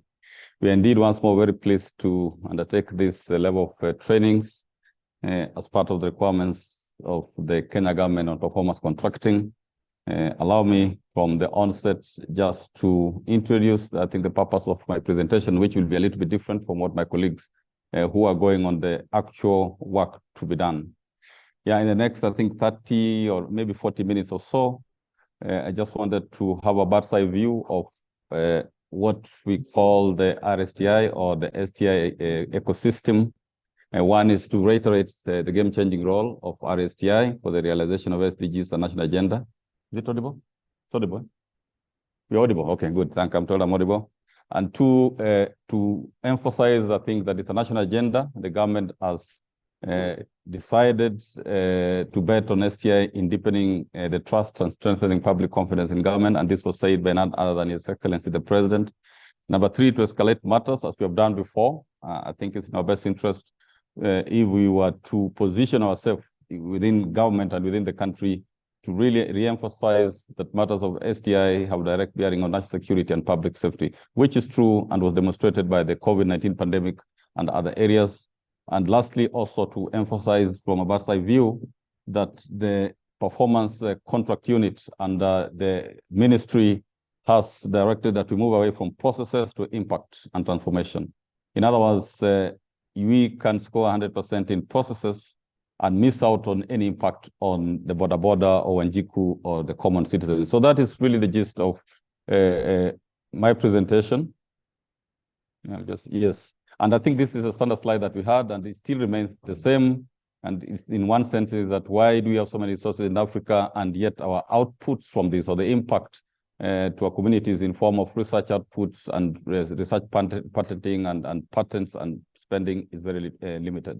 And this has much more direct bearing with distinguished colleagues of today. I think we had ministries, we had state departments on Monday. Yesterday we had TVET institutions, and today we have the research institutions and the universities. This slide is really for you. I think the answer needs to come from you and us. Why is it such low? And also, just to emphasize something which is extremely important and which speaks international into STI mainstreaming, is that none other than His Excellency himself was at the UN last year. I think I've shown this slide before, talking about STI as a game changer. So the question to each one of us in wherever we are is, what is our contribution to that dream or that pronouncement by His Excellency the President at very high levels of the world? Further to this, I think I've also picked a slide which you might have seen before. For those who are new, I'll move a little bit faster, so you'll apologize. But for those who have been there before, I also apologize that you might see some few slides which are repetitive, which we thought are necessary. But again, this slide was Madaraka Day last year, June, where His Excellency the President uttered a powerful pronouncement that he is betting on the use of technology in deepening the trust and strengthening public confidence in government. So again, the question is, as we undertake this STI mainstreaming, what are we doing in our capacity, in our institutions, as individuals, as institutions, in a way that can be quantified, so that we move from the generalization and we start talking of the impact of University A in this country is in this area and it is ABCD. The impact of research institution C in this country is A, B, C, D, and is quantifiable in terms of numbers, so that when you are even asking for support from government in terms of allocations of funds, despite the limited funding, you're able to justify why you need that fund.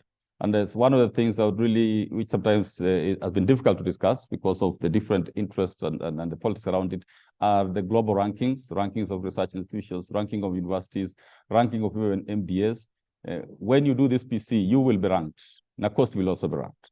So similarly, in your areas, like for universities, we talk of the university rankings. For research institutions, we talk of the Chimago rankings. Please apply yourself to that ranking because it is very useful. I'm aware of South Africa having used that to bargain for more funds from government. You're able to say that unless the government sustains this level of funding, you are likely to drop in your rankings. You are in fact, it can be a powerful tool to use in the recruitment of staff, in getting extra allocation. And as NACOST, we can assist you on that because it has happened. Yeah, for our case, I think as we implement also these austerity measures, just like yourself, we still have to try as much as possible to meet the targets. And that's what I would plead with us. I know we are going through difficult times, but still the country has to move on and we have to move on.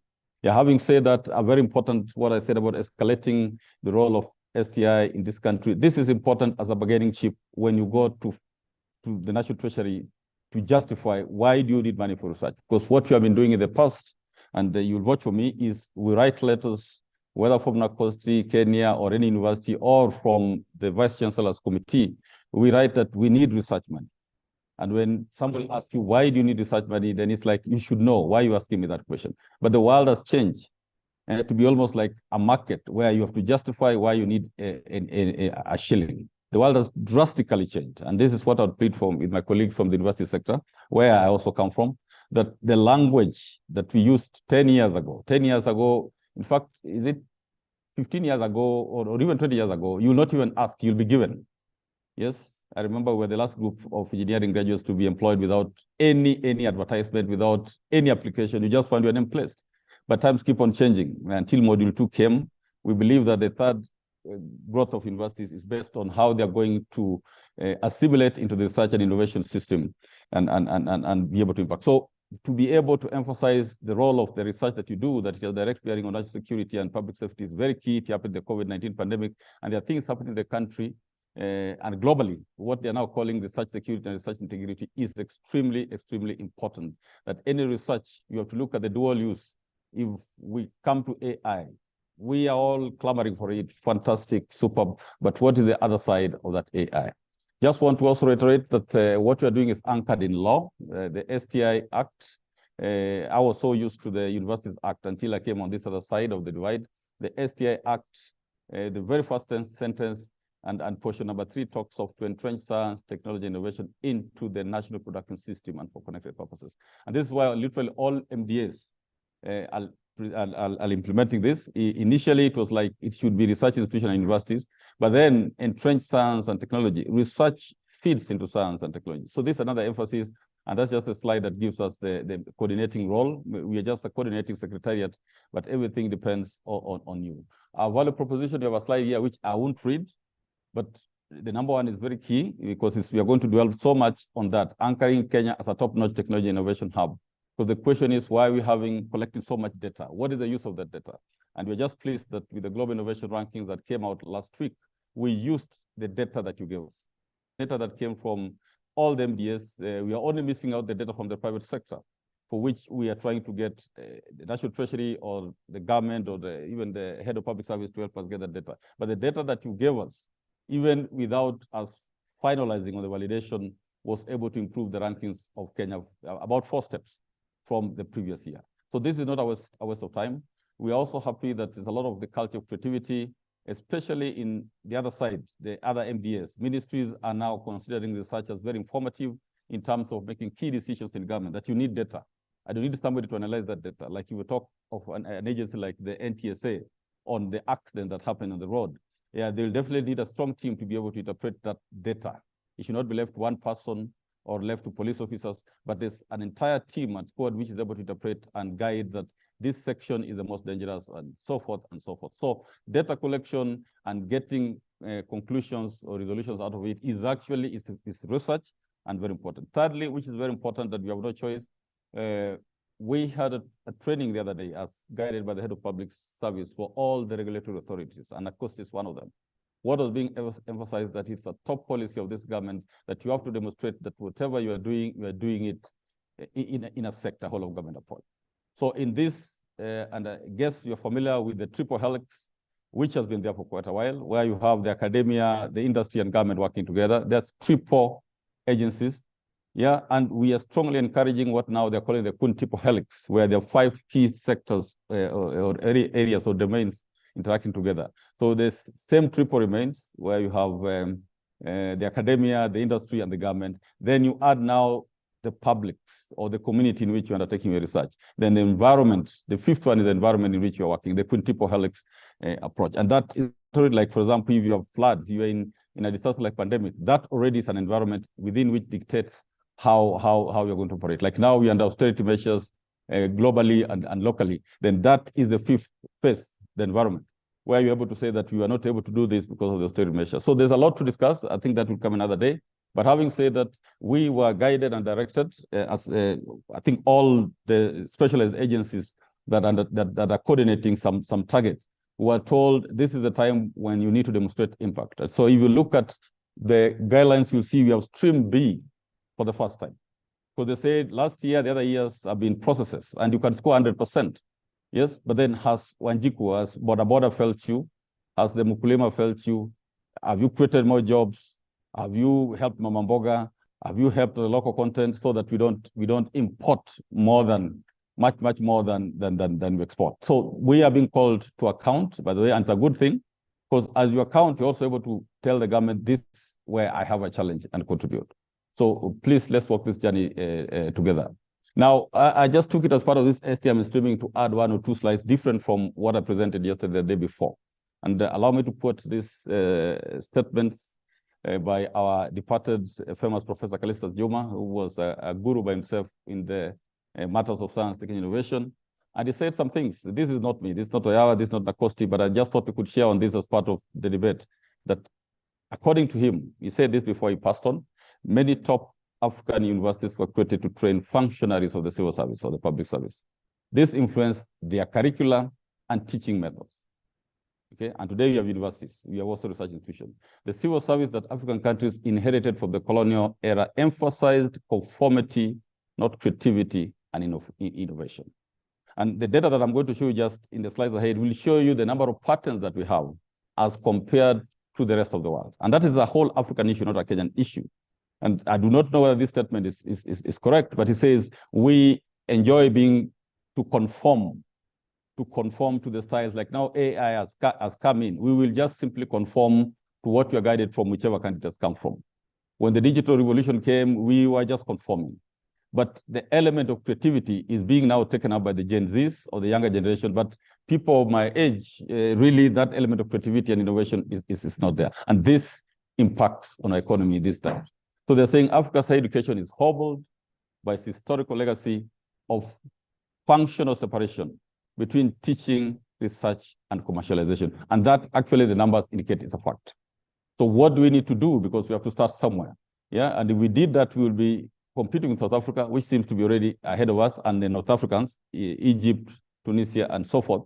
Because I think Kenya has gone beyond the East and Central Africa. Kenya should be the league of South Africa in matters of research, science, technology, innovation, and even education. So that was said by Callistus Juma.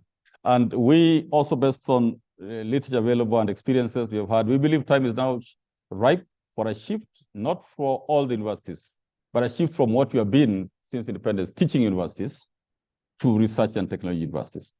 And I strongly believe at a personal level that if you made that shift, difficult as it is, you'll be able to have a more bargaining power than the way you have now. And this is simply, if you look at the second bullet that is there, a teaching university fosters and promotes the thinking of a person, cultivation of creativity. It focuses on pedagogy. Yes, the only thing, the funding of a teaching university is very similar to the funding of high schools or tertiary institutions. And that's why you can see the struggling. You've seen the very high debate on funding model, because we are relying almost 100% from government with the little additions. But if you were able, and as focal points, be able to share this, and I think we share this somewhere, and I believe this could be part of your in your strategy, STI institutional strategy, How do you slowly move towards research universities? The mission is primarily focused on R&D, technology development, and monetizing of the same. Imagine you're able to convert the many technologies that we saw at the Nairobi show, I think just last week, and convert them into monies. Imagine you're able to create an industry. Because my thinking, and I could be wrong on this, is that even institutions, a very good institution like Kenyatta University, had transformed to a research university, then they'll have the justification to own the referral hospital. The same with Moi University. They'll be able to own the TVETA, it's called what, Rivertex. They'll be able to own the Rivertex, and also even the referral hospital, because it justifies it. But when you continue to be a teaching university, then you will be told that's not your core business. Your core business is to teach and not to own an industry. In institutions where some of you, I think, studied, you could see a university owning a very big hospital, generating a lot of money out of that. So let's debate on this, but you can challenge yourself, put it in your STI strategy that you're trying to check the parameters or metrics that will be able to convert you to a teaching university. So I'll skip on a number of these slides, we'll share them. But I just had a report which maybe you've come across. This is the report of the International Association of Universities, the 6th Global Survey Report on Higher Education Internationalization, 2024. So please, if you have that report, that's okay, but you don't have, Google it, or our team can provide it. They say now the current undertakings of universities is the kind of question, how many collaborative degree programs do you have? Like you have Turkana University with Alupo University having a collaborative degree program, so that a student will feel so happy to know that this, my degree that I'm taking at University A, is also a joint degree with University B and C. Yeah, so this is a report from the International Association of Universities, and it's talking about collaborative degree programs. So how many do you have? Because it has benefits. It also expands the job market of your graduates. Then internationalization of teaching and learning. And if you check the rankings ahead, you will see an issue of how many international faculty do you have? How many international students do you have? And if we went this route, then the institutions that are at campuses in Rwanda and Tanzania might not have had to close. It would have been easier to justify that the global trend is towards internationalization, and therefore having a campus in Rwanda, having a campus in Tanzania, or having even a campus in South Africa is not harmful, but the current trend. Then the other one is internationalization of research, very key. In fact, this is almost like compulsory because we don't have local resources. So how do you internationalize that research? But then how do you also protect the knowledge that is for Kenya so that it doesn't go out? Because this is a tricky part. That number 3 is a tricky part. As we internationalize, there are experts who will just take that information, patent it, convert it to an industry, and it goes. Yes, you might have heard of the rumor that one of the great vaccines that came out, is it 1 or 2 years ago, is owned by global countries, global organizations, do not quote me, but is actually some Kenyan researchers who researched on it in Kilifi or in Mombasa. That kind of discussion is already there, that you people in the academia are doing great things, but the value that you're getting out of your great mind is not being harnessed properly. So I think this is the time. In terms of a key area of universities and research institutions, the 3 main sources of funding of international research, and this again has come from that report, are grants from international organizations and foreign funding governmental agencies. Then grants from the national government agencies. This is what is captured in the STI Act, that the NRF is supposed to get 2% of GDP, but then that's a lot of money. It's like 300 to 400 billion. But as of now, it's not coming, and you know very well it's not coming. So will you focus on 2? Yes? Or will you put your strength on 1 and 3? Because as an institution, you also own resources. You might have some means of getting money, and you decide through the top leadership of your institution and through your council that you are going to allocate this portion for a particular research of great interest. Then what is coming out, and is part of what we are being directed when we talk of impacts, what is your impact, which can be defined on community or the society, what they're calling social entrepreneurship. If you're University A in County B, there'll be a lot of talk. Like I am a staff of JKUAT, and I know what JKUAT has done around the Juja area. It has literally converted it to a city somehow, a big city. But are we able to quantify that contribution of JKUAT to the entire Juja community? There are metrics for that, and that's what we need to do to justify our impact. KU has done the same. You can see there's a Chinese shop. Literally, UON was the mother of all mothers. They have done wonderful things. Are we able to quantify because it's there, but are we able to get the metrics and really quantify the impact of that? This is what STI mainstreaming is all about, so that we are talking of evidence-based decision-making from research finding. Then the question that we put to us, what is our contribution as universities and research institutions to stabilizing Kenya's economy and security? And this is data that you can Google. I've just picked a quick one, 2021 data, where it is showing you, go to the last bullet, that we are importing 3 times in dollars, 3 times than what we are exporting. So when does that debate of the dollar stabilizing? It couldn't stabilize because we are importing so much. So even now, when it is stabilized, it's very likely some foreign players are the ones stabilizing. And should they just do something very small to it with the hold some cash flow somewhere, we'll be back to the same thing. So what would be the contribution of the universities and research institutions? I know you'll say that we're under difficult times, but difficult times is what make people think great things. And in this one, I'll talk of an example like, and I believe we have a focal person from Jaramogi Oginga University of Science and Technology. We had information, and the former PS really used to be proud of it, that we had a team of 3, 4, 5 people who applied for funding grants at the USAID and got 7 billion. That is 7 billion. You can imagine the expenditure of a number of institutions here. 7 billion from one team. Of course, most of it could be for other things, travel and so forth, but 7 billion. So why don't we put our focus? And it has happened. Mary University, we know people have been able to attract a lot of funding. So why won't universities, and we'll have this debate also with the VCs and the heads of institution, why can't we have this debate on where we focus, we bring our synergies, rather than even one institution get that 7 billion? Can it be a cluster of maybe 7 universities or even 10 universities? Then that 7 billion is done in a collaborative way. Yeah, instead of each getting 1 shilling, you come up with a common product. Maybe you come up with the first Kenyan car and so forth. So this debate, this is all about STI mainstreaming. The data out there is not very encouraging. Yes, because you only know you own technology, you only know you own a science when you have a patent, or you might call it a trademark, or you might call it, like in Carlo, the plant breeders' rights. As of now, this is the data that we just got from KIPI, Kenya Industrial Property Institute, and we have about 139, maybe 140, 150 there, of patents over the last 20 years. 20 years. Yet the amount of knowledge that we have churned out that has been taken by other players is massive. So, distinguished colleagues, we might actually be undertaking economic sabotage without knowing, because you can get in your institution, and it's happening, especially at the universities, where a donor funds your master's and PhD students. The question we're asking, does that master's or PhD student have to publish everything in that thesis? And where is the IP management office to say that for you to graduate, at least this one that you have discovered, you cannot give the details of that product that you have there? That is a problem that we all know. We need to work on it. We need to work on how you can get royalties, because I know that was a challenge where maybe the university or institution will take everything. And I know like in Calro, and then we are part of the board of Calro, the board is really strongly encouraging management for any royalties they get, like from the Kenya Seed Company, it has to trickle down to the scientists in Calro. It's happening now, it's live, and that's the kind of conversation we want to tell you. So imagine the 139 patents that we have in the country.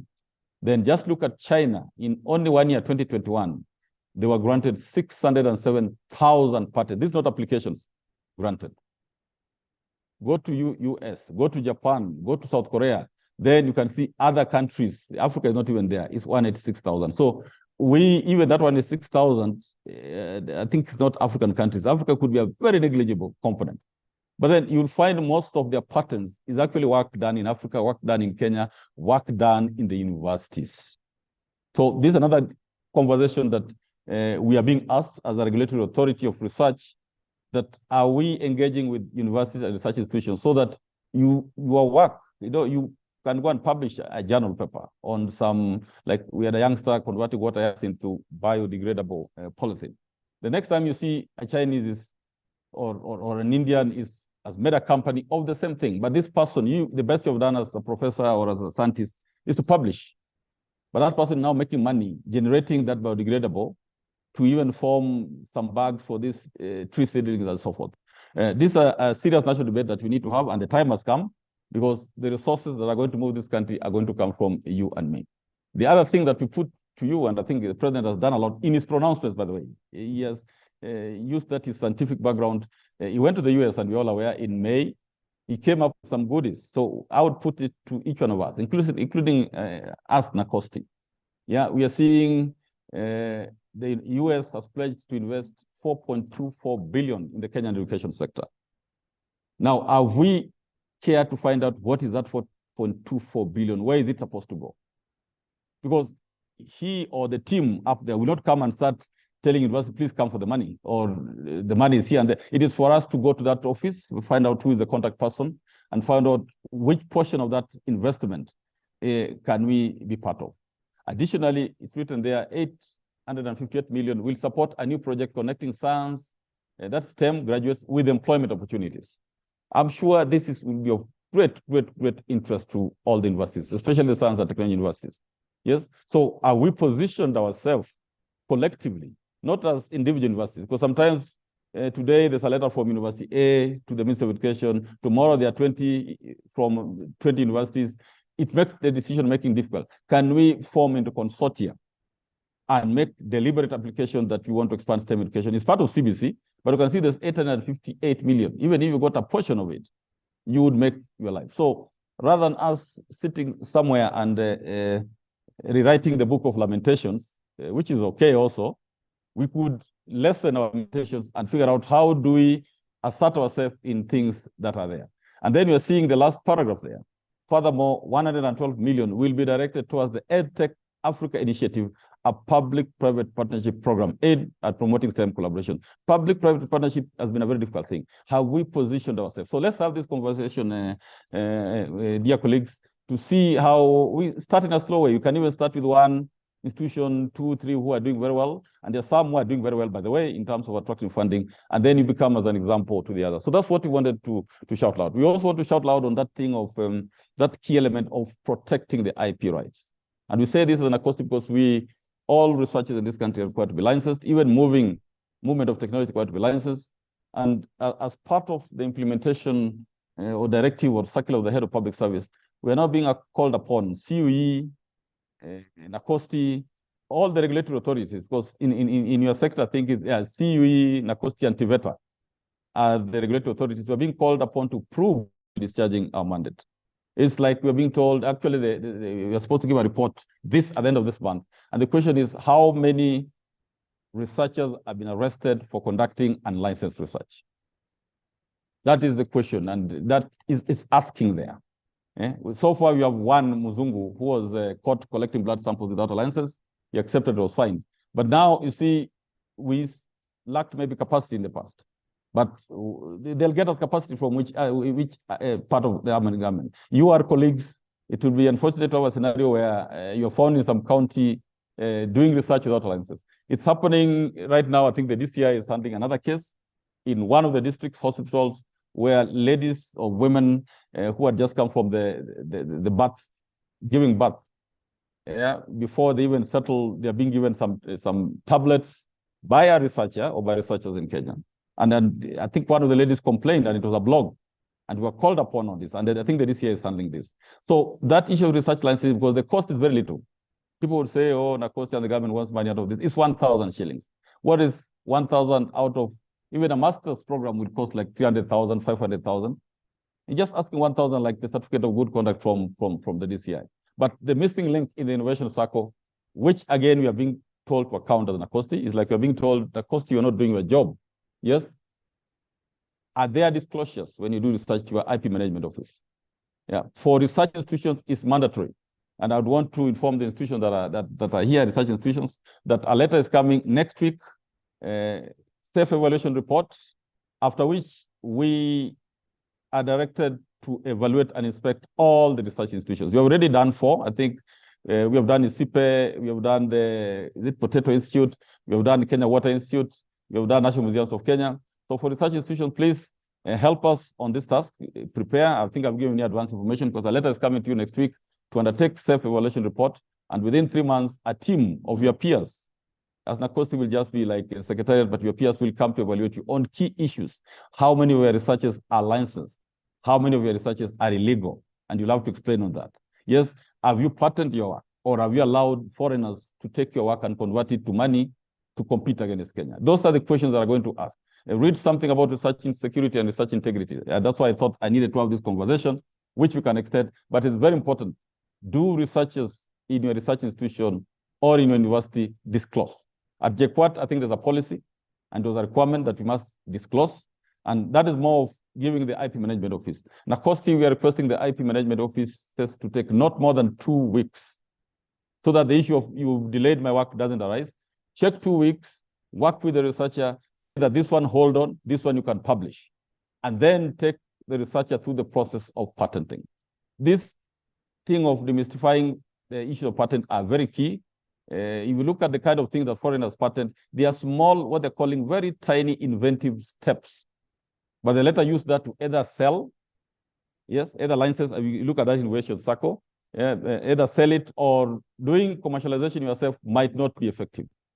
Yeah, so that process, invention, disclosure, assessment, intellectual property, you get your IP or you have applied, well, when you applied, you're protected, marketing it, you could be very good. Then the best is always to license. If it's on digital things, license it to Safaricom. If it's on something, license it the way Caldo does. You license it to Kenya Seed Company. Let's talk more of licensing, because you might not be an expert in now commercializing, which many institutions have done. And we are seeing it at the show, that the equipment that for a number of institutions that won the prizes last year were taken back, kept, and then this year they came back. When you ask them, I want 10 of these tractors. Yeah, one institution has very nice tractors. You say, suppose somebody wants 10 of these tractors. Say, no, we cannot produce. So, but somebody is already seen that and is copying it and producing it in the private sector. So there are two aspects. One is patenting, the other one is publications. And that's where the universities are good at. We expect or request the research institution, there should be more of publication, but more patenting or IP rights. The universities could be more of the journals. But this is the statistics. Like you talk of the top-notch journals, African journals and Scopus. Rankings of universities relies heavily on the amount of journals in Scopus. So as much as we have our institutional journals, which we use for promotion, like University A will only promote you if you're published in their university journals. That is okay for promotion, dear colleagues. But when we are trying now to make Kenya competitive, or when you're trying to make your institution globally competitive so that international students can come from Rwanda, Addis Ababa, and the rest, then you need to publish in Scopus journals. In fact, there are some jobs, like AU jobs. If the academic related, they will only check your Scopus journals. I've had that experience before. Yes, where somebody has so many journals, but not even one in Scopus journals, and they score you 0. So let's escalate. JKUAT, I know, like in the Pausti, when they insisted on students publishing in Scopus journals, they're actually succeeding. It looks like difficult. You'll get the first initial rejection, second rejection, but once you are online, you find the students are now publishing very easily Scopus journals. So forth. So these are data which are there. Like you can see, like Scopus 7%, Scopus database 7%, and that is what happens. Now, when you come to these other Africa journals in Crossref, that 1%. Yes, you come to the other one, journals index in Google Scholar, we are all there, 68%. But what, all of them are good, but what gives us the advantage, the competitive advantage is in Scopus journals. We can also discuss on that. So having said that, I think as part of the configuring education, there's some things you can read, but they're saying that African content has more than 3,000 universities. Yes. The metrics that is being proposed now, how universities, this one is focusing more on universities, that academics of the future should be able to demonstrate the impact of their work in the community and the economy and the community livelihoods. So if it's me, in my case, and I'm in the academia, I'm supposed to have some metrics or index to show my impact on community, not just how many publications I have done, but what is, and there are metrics for that. Yeah, the rate of graduate absorption in the labor market will define universities. And by the way, that's what graduates check. And that's why certain programs are competitive. If you go to one university, you find their graduates get more preferred by the market. So that data will be necessary and is part of STI mainstreaming. Yes, the rate of graduate absorption in the labor market or productive sector should be a key measure of institutional effectiveness. University global ranking system, and you can see when you come to Global Innovation Index, actually ranking of universities, we're scoring 0. Because it's not just any ranking, it's not webometrics, we're all there. There's certain key rankings which we need to embrace. If South Africa is doing it, if Makerere is there, if I don't know which university is there, it is more of availing our data. There will be no extra effort, no extra investment. It's more of availing our data to this ranking system. So I'll keep on that. This is data now from your STI mainstreaming, which is not yet validated. That's why we wouldn't want to share this. Yes, but we are now going to validate the data that we were given in the fourth quarter of last year. We're going to confirm, because when we were displaying this, we found some people had made mistakes. But the CEO, him or herself, had already signed. Publications, peer-reviewed journals, you can see most publications are in the medical field. Okay, then we have put them in the standard well-known fields of natural sciences, engineering and technology, medical and health sciences, agriculture and veterinary, humanities. So you're able to see that. Our interest will be in the number 6 in the intellectual property patents. And you can see the 146 is very close, a little bit higher than what KIPI gave us. KIPI gave us 138, so it's 146. Maybe this could include expired patents. As you're aware, patents last only 20 years.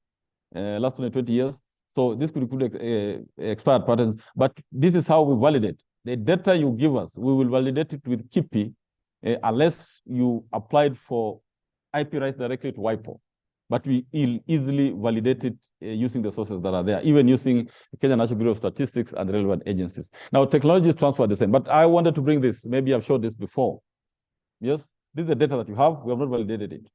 Yeah, JQuat, for example, in the last data we had, they had, I don't know, they didn't even, they gave us like 2-3 patents. Then they said, no, this was for this year only. They are now telling us they have about 20 patents. Then Kimathi has 4. University of Eldoret has 4, which is remarkable considering when University of Eldoret was established. KU has 3, but I really suspect that this could be more. Yeah, please let us pass it on humbly to you colleagues that the patents are for the lifespan of 20 years. Give us not the patents you got this quarter or this year, all the patents you have. And I think our system has now been enhanced to clearly demonstrate that. If you're asking for publications, give us all the publications that you have since your inception. Yes, we at least give us for the last 5 years, because that is what is used again is Kenya's global rankings. UN, definitely they have not given us the correct information. Then Tarakaniti University has 1 patent, commendable, very, very commendable. If you go to the other side, you'll see the universities and colleges that have commercialized their products. You can see that Kimathi has 3 commercialized products. If you went to government, and I'm not surprised where I used to see the 2 former ministers, that is the late Professor Magoa and even Honorable Machogu, they talk so much about the Kimathi. And this is best statistics. And you go somewhere and you wonder, why are they always talking about the Kimathi? Because they have real statistics that matter. You might be having it, but you have not projected it. So it's like they have 4 patents and they have commercialized 3 out of 4. Commercialized means there's some income flowing in to the institution and to the staff. Masai Mara has 3 commercialized products. And if you are there, focal point for Masai Mara, our question is, what did you commercialize? If you don't own a patent, how have you commercialized? Is it somebody's work? Or are you using patents that have expired? And by the way, you are allowed to use patents that have expired to commercialize. Yes. So what is this that, or you have commercialized the normal things that are out there? Okay. So you come to again research institutions. We only have data from Calro on patents. Yes. I'm told, I've just checked, I'm told our colleagues from Kemri are there, and I've shared this with the CEO, the DG Kemri. He was very shocked that his team did not give the correct data. So we are asking you who are there. This data will go to some other levels of government for decision making. And if it's wrong, they'll start looking at how can Kemri not have a patent? Yeah, that's a question anybody would ask. This great, wonderful, top-notch. Actually, you are the #1 ranked institution in Shimago rankings. How come you don't have a patent? So either you have not given us, or you have been allowing your knowledge to go out to other foreigners. This data speaks a lot. Then the interesting thing which I put to universities is how come Sigalagala Technical Institution has 32 patents? And we confirmed this, by the way, we validated. And we are now collaborating with them just to ask them, how do you focus on patenting? Sigalagala has 32 patents, Kitale Polytechnic has 23 patents, Kisiwa TTI has 13 patents. When we inquired, we are told that Tibet, there's a special focus on IP. And I know universities have been saying, why is there a lot of traction towards Tibet? And the answer is here. If they are going to patent and convert it to money, surely, even if it's you, you'll focus there. Yes. So we are in a market stage now where we will not use our name that, we are University A, therefore you must give us. No. What is it that you have? Help your universities. And I'm told even like the National Defense University is part of us today. We are very pleased, I think, colleagues come on board. But these are the statistics that we hope, like in the security sector, where there's a lot of research or key research that needs to be undertaken, you'll be able to get your research, publish what needs to be published, retain as confidential what needs to be retained as confidential, patent what needs to be patented. And we believe NUK that there are even researchers in university, youngsters, who need that security protection of the research circuit. And we have shared this with you, like the young girl from Kabarak University was converting grass into flour. Now, that's a big project for this country. And I don't think just Kabarak University can handle it. We need a team, and we need the security angle of the government, which aid the UK can easily provide. So partnerships, and collaboration. So I will not take much time. How many minutes have I taken? Who was checking when I started? Kalero, you're the chair. I've gone to 40. Yeah, so I think give me the next 10 minutes. So there are a lot of data. In terms of partnership, this is now, I've just picked research institutions. I hope Calro, Kemri are there. We are able to get a very good report that you are getting a lot of money from outside because the resources internally from the sector are limited. Okay, so Calro gave us 12 billion. So I think this is beyond 1 year. This could be 2-3 years. Yes, which you're asking, what you're asking is break it down. Tell us out of that 12 billion, 3 billion came in this financial year. Yes, break it down. Yes, Kemri might have given us for 1 year only because records that we check at the Auditor General show that Kemri gets around 4 billion annually. So there are ways of verifying this data. And we hope that, and we pray that you'll give us that data. But now of interest, dear colleagues, is that last column, the number of partners. Calro, if you are there, you are 174 partners. I think the government of Kenya would be very interested to thank these partners, but also to know who are they. Yes, and the question which is there, which you're all being called upon, when you collaborate, there's always what is there for them. What are they getting? What are we getting? Are they getting more than we are getting? That is the question. Kemri, you have 53 partners. We want to applaud them. We want to thank them. But who are they? What are they getting? Yes, are they getting 20 billion when you're getting 1.7 on a research fully done in Kenya? We have seen situations of donors or people fund and get Kenyan PIs, principal investigators. They delete their name so that they're not charged a little bit higher, and they have the Kenyan PIs. It's happening now, and our team is struggling with how to handle some of the requests for approval. So there's a lot to discuss in this sector. In terms of leading institutions, working with getting funding from the private sector, another powerful criteria for government funding. You can see JKUAT is talking 151 billion. I think this is coming from some equipment that is going on there, but we are yet to verify this.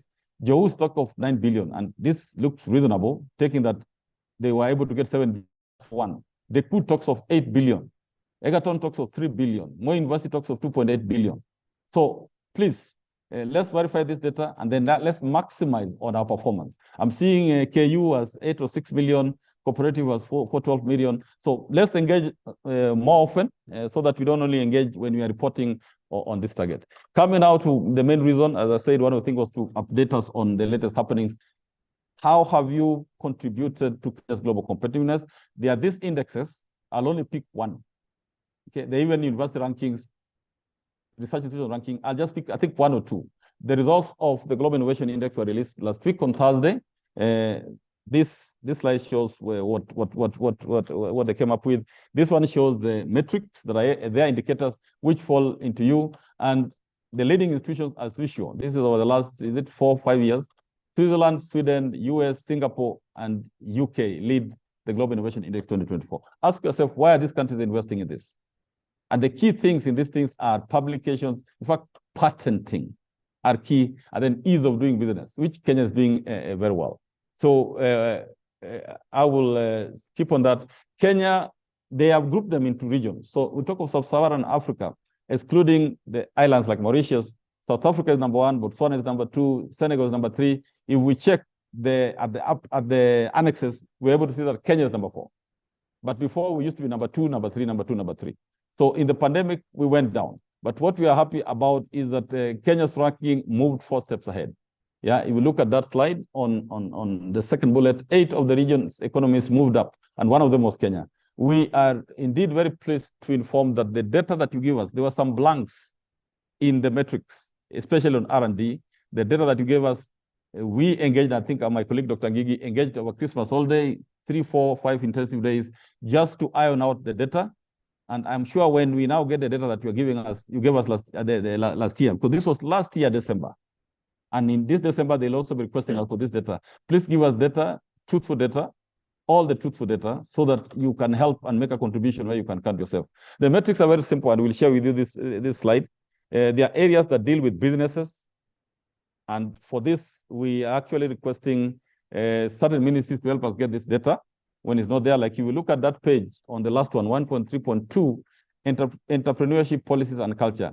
They have written there, not applicable. That means that data was not available. And we think we have so many entrepreneurship policy. So we'll engage the relevant ministry. Of interest to us will be the human capital and research. This is one of the, the pillars. And you look at the things we are losing out on. Like you can see, number 1, education expenditure. The data, the circle there shows that we have very old data, but we are still doing very well. We are still number 51 out of 133 countries. Yes. So if we enhanced and gave the correct data, we'll move ahead. Then we did not give the funding for secondary education. This now is under the State Department for Basic Education will be requesting on that. Then school life expectancy, which we all know. How many years do our children go to school was not given. Then this reading, maths and science, this is KICD. Now, the data that you gave us is there in 2.3, distinguished colleagues. There's research and development. And this is the emphasis and value proposition, that we are not just collecting this data for the sake of meeting the PC target. This data is for our country, is for our own good. If it's not there, when we get, the higher we go in the global competitiveness, the more companies we attract in the country, the more jobs we are likely to create. And as you know now, a city like Nairobi is competing with Addis Ababa, is competing with Kigali. These are the metrics that help improve that, which you can boast of and say, as institution A, we made this contribution. So you see the researchers, FTE, that was given from your data. The gross expenditure on research, that was given from your data. You can see it is 0.4, but in Kenya, we always talk of 0.8 of the GDP. Okay? And the reason is that we try to get the data from the business community, private sector. Very few of them responded to NACOSTI. So we will again use relevant ministry or even a higher office to get us that data from the business sector. Then global, like that one, you can see like the one which is 2.3.3, global corporate R&D investors. We know companies invest. Companies like Safaricom invest a lot on research. Yes, yet that data they need, maybe they keep it as a trade secret, but it needs to be available to the Kenya government. Now, where I'm asking universities, humbly, this is just a request, that we are 0-0. You can see we are 0-0 in QS university ranking. And if you are there, I'll just request you, after this session, Google the QS university rankings. Yeah, the QS university rankings. As of now, we have only University of Nairobi and Kenyatta University out of the 77, 78 Kenyan universities. So let's ask ourselves, what is the issue? It's a requirement. It's not a matter of choice. It's global.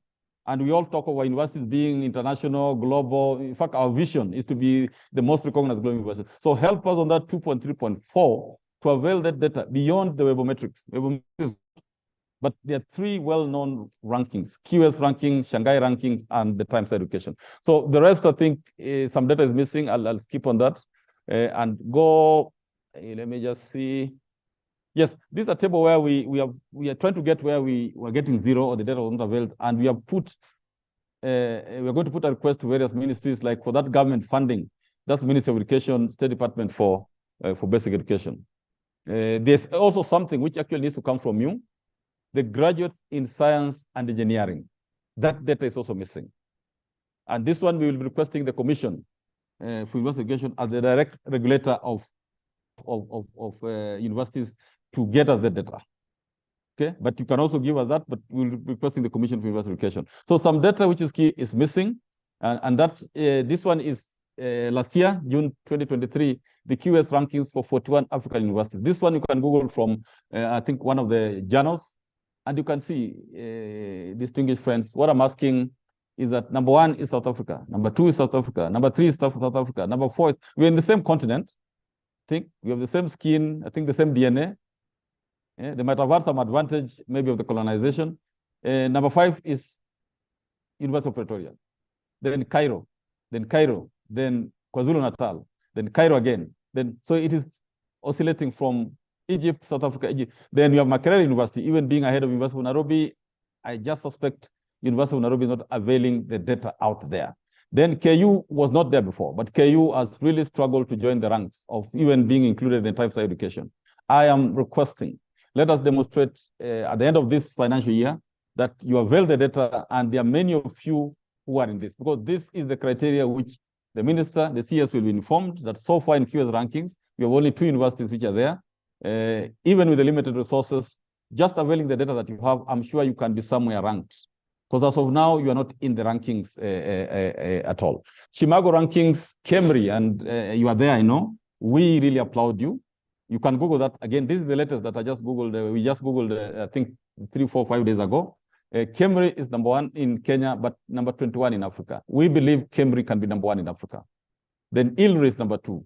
UON is number 3 here. Yes, and number 62 in Africa. We believe we can do better. So this just to provoke us so that we see the value of this. So in the global innovation rankings, I will not go into details. You can read on that. Allow me just to mention one thing which is coming out very strongly. We are known for 2 key activities. We have 17 functions, but 2 are standing out. We register and accredit research institutions. And as of now, we have 33. The numbers are increasing. The applications are many. A lot of interest in the wake of COVID-19 pandemic, because any institutions that purport to undertake research without registration from NACOSTI, that will be prime. For universities, of course, you are regulated by Quest, so you cannot have a double regulation on that. So long as you have a research department or a research institute anchored within the higher education, the Universities Act, I think that suffices. But the other one which we are asking for your support is in terms of licensing. There's a debate on this, but I think it has been clarified very well with the Attorney General. There's 12.1. Yeah, Section 12.1. Then there's Section 12.2, which waives 12.1, but 12.3 has not been waived. Any person, and I think there's an attempt in the recent changes to the Act, there's an attempt to clarify on this one. And that is to say, every research needs to be licensed for the sake of national security and public safety. So any person undertaking blah, blah, blah, I don't have to read that. And the offenses are severe. Either 5 million or a term not exceeding 4 years in jail or both. All regulatory authorities are being told to demonstrate that they are actually doing the mandate. We are not just sitting. So colleagues, help us do our work so that we are not ambushed by people in the counties, because they'll come and check. The county commissioners have a right to check who is doing research, even in the universities themselves, because your research might be impacting on their communities. And the license is in several stages. Like I saw the circular the other day. If you're doing research on GMOs, first you must get authority from the National Biosafety Authority before you come to NACOSTI. This is the reason we do research licensing. Because of limitations in the past, I think over the last 10 years, NACOSTI has not been able to effectively undertake this, but we now have basic resources and collaborations with the DCI, with the Minister of Interior, with the other ministries, whether it's NEMA, to be able to undertake, or WRTI, to be able to undertake this very well. So please, let's do this. It's in the best interest of our country. You saw what happened in the COVID, where we received vaccines. You didn't know much about it, but there's a very clear reason. We license because of national security. The lives of Kenyans are at stake. The culture and IP rights of our communities. There are also international obligations that Kenya signed for. Then there are others, blah, blah, blah, blah, blah, blah, blah. And the best example is this. You must have seen this in March, where NACOSTI was called upon. This was probably a whistleblower and people in the counties who detected a foreign person taking blood samples of our athletes. I don't know what you think about it, but to me, it scares me. If somebody came into your house and started taking blood samples, yes, and the person was very smart, is like, it's almost like he made a plea bargain. accepted, he was fine. But there's a Kenyan where he was testing these blood samples in what is said to be unclear circumstances. So the case is still going on. So I wouldn't comment much as is sub judice. Yeah, there's another case, as I'm telling you, also being handled by DCI on the case of ladies who have given birth. Then now, those of you in institutional scientific and ethics committees, and I know you are there, the reports we have gotten at least from one or two of the ISACs is that they approved of what they approved for lancing by the NACOSTI, only 50% were forwarded to NACOSTI. And that is a problem, colleagues. Yes, a situation where the Institutional Scientific Ethics Committee, which are approved by NACOSTI, and in their write-up, they indicate very well, we have approved this, your ethical requirements for this research, now get your licenses in NACOSTI, because NACOSTI checks beyond the ethical requirements. It checks whether it has impact on national security. NACOSTI is also able to monitor if need be. We have not been doing it, but we are now beginning to do that. So I would urge those who have not gotten a license that you better get like yesterday, because the list will be forwarded somewhere. That the ethics committee approved like 100 researchers. Only 50 came to NACOSTI for licensing. The other 50 are doing their research, possibly somewhere in a county without a license. The county team will come for you, and that is not comfortable. The issue of research integrity is about espionage. It's a global issue. Rules are changing. And I'll share with you an example from Canada that they're now saying they're sensitive technology research areas. This is by law. In the US, they have issued a presidential memorandum by President Biden. It's that serious because the world has converted to one big laboratory of research, science, and innovation. So these are some of the technologies which are now called classified. What it implies that even if you get a research license from NACOSTI, we are supposed to forward that, the PI, that whole document to the DCI or to the National Intelligence, just to keep on monitoring. Like if you're doing robotics, yes, you might do other things. Yes, I'm not saying you'll do, but you might do other things. If you're doing life science, technology, biology matters. If you're doing quantum science, if you're doing AI, which all of you are, most of us are now getting in, we are now required to forward at least that information to other eyes of government just to keep track of what is happening. If you're working on advanced weapons, like now in the UK, I think you're entitled. I think your act allows you to deal with that, so nobody will check on that. Those are classified information. But if you're doing like on advanced energy technology, you've just seen what's happened with the Hezbollah team in Lebanon, where technology is being used powerfully, being used on a pager. It will be used even on a mouse as you're using. You will never know what might explode. So anything that you might have considered to be a small thing can just change your life forever. So with that, allow me to conclude and thank you. How many minutes, Calero? 50? 1 hour? 1 hour. I try to reduce, but there's a lot. So what I would also urge, we are approved by board. We have some 8 modules of training, very relevant. We had one which was a multi-agency approach. We had teams from the National Intelligence and Research Security. We had former retired VCs and others. We had 100 participation in Naivasha. It was very exciting.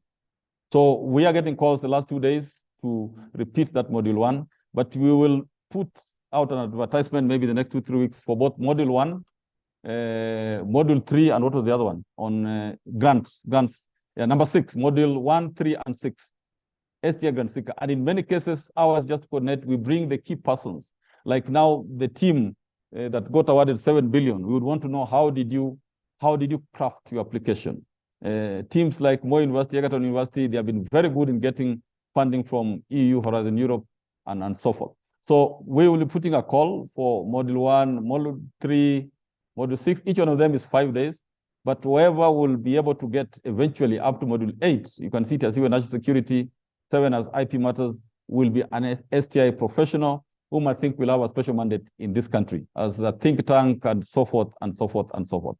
Taking note that for the first time, we have the president appointed a technology envoy, an ambassador of the level of ambassador, and we're also waiting any time for the appointment of the Presidential Advisory Council on Science and Technology. Thank you very much, and I can get some burning questions if there are.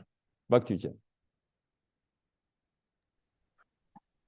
Yeah, thank you very much, Director General. Back to the audience, do you have any clarification? Maybe as the audience comes up, we have somebody. DG, maybe there was a question in the chats. You may just repeat.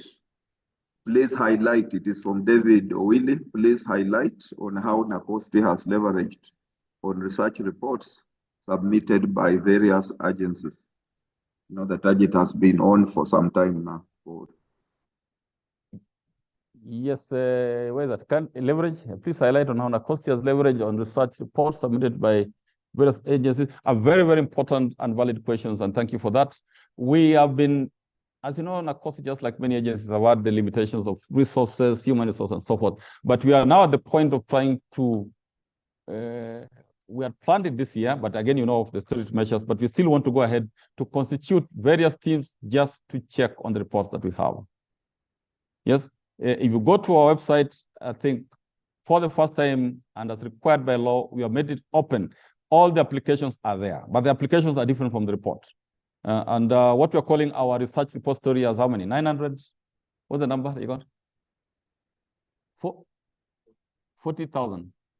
No, not applications. Yeah, 40 applications for the last 5 years. So we have 40,000 in our website right now. And one of the things is to help so that your students do not duplicate. But the reports are also there. So we have been really thinking of this, and it's good you have asked this question. We will constitute a team, and if you're interested, please get in touch with the team in the different fields. Like if it's on biotechnology or in AI, we say, can you check what is there and possibly see if we can give an advisory to the country, which again, we do every year. Thank you. The next one is about, is from Joel Gijumbi. Can you repeat on how to attain the STI certification? Yeah, thank you, Mr. Joel. Yeah, this one, we have mentioned it before, maybe that's why I mentioned in a hurry, but there are 8 modules which you can liaise with our team. I think Dr. Ngigi, Rolek, there are quite a number of teams that you normally engage with. There are 8 modules, and they are not in any order. Yeah, one is not a prerequisite for another. You can even start with module 9 when you offer. So ours is based on if there's interest out there, we will offer them. You'll get these slides and you'll see the 8 modules, which are 1-week courses, benchmarked with UNESCO and a number of international agencies. So at the end of it, you'll be an STI professional. So you can get more details.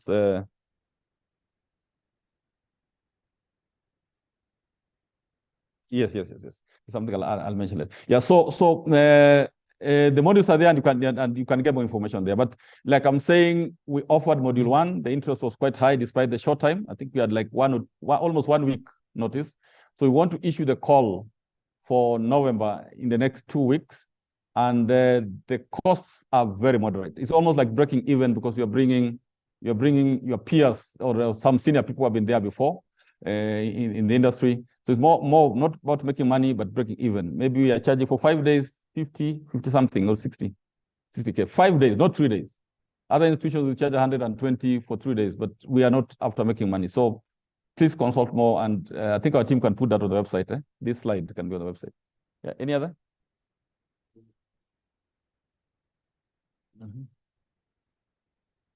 You can read as I read it from here.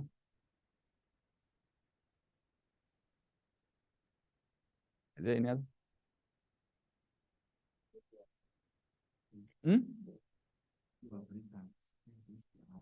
Well, they also raised their hand. I think you can call them. You have to give them panel rights, or are they able to? Yes, Mohammed, you have raised your hand. Can you go ahead?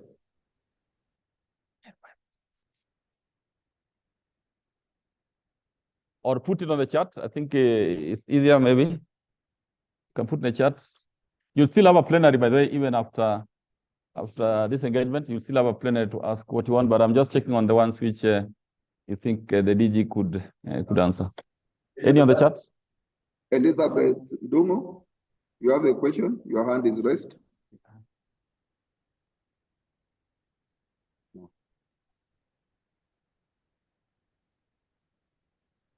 Yeah, so if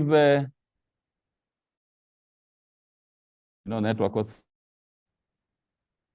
as we would encourage, if you have a burning one, you can put on the chat. But I think after this session, there'll be some other presentation, but you'll have a session for a plenary where you can add some of the more in the chat.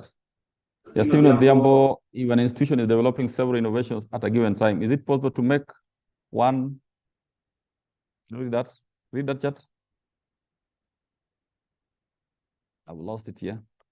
If an institution is developing several innovations at a given time, is it possible to make one application to get one research permit for all innovations, or we make, if it's the same research, I think Kalera will answer this, but if you are dealing with a different topic, they have different impacts.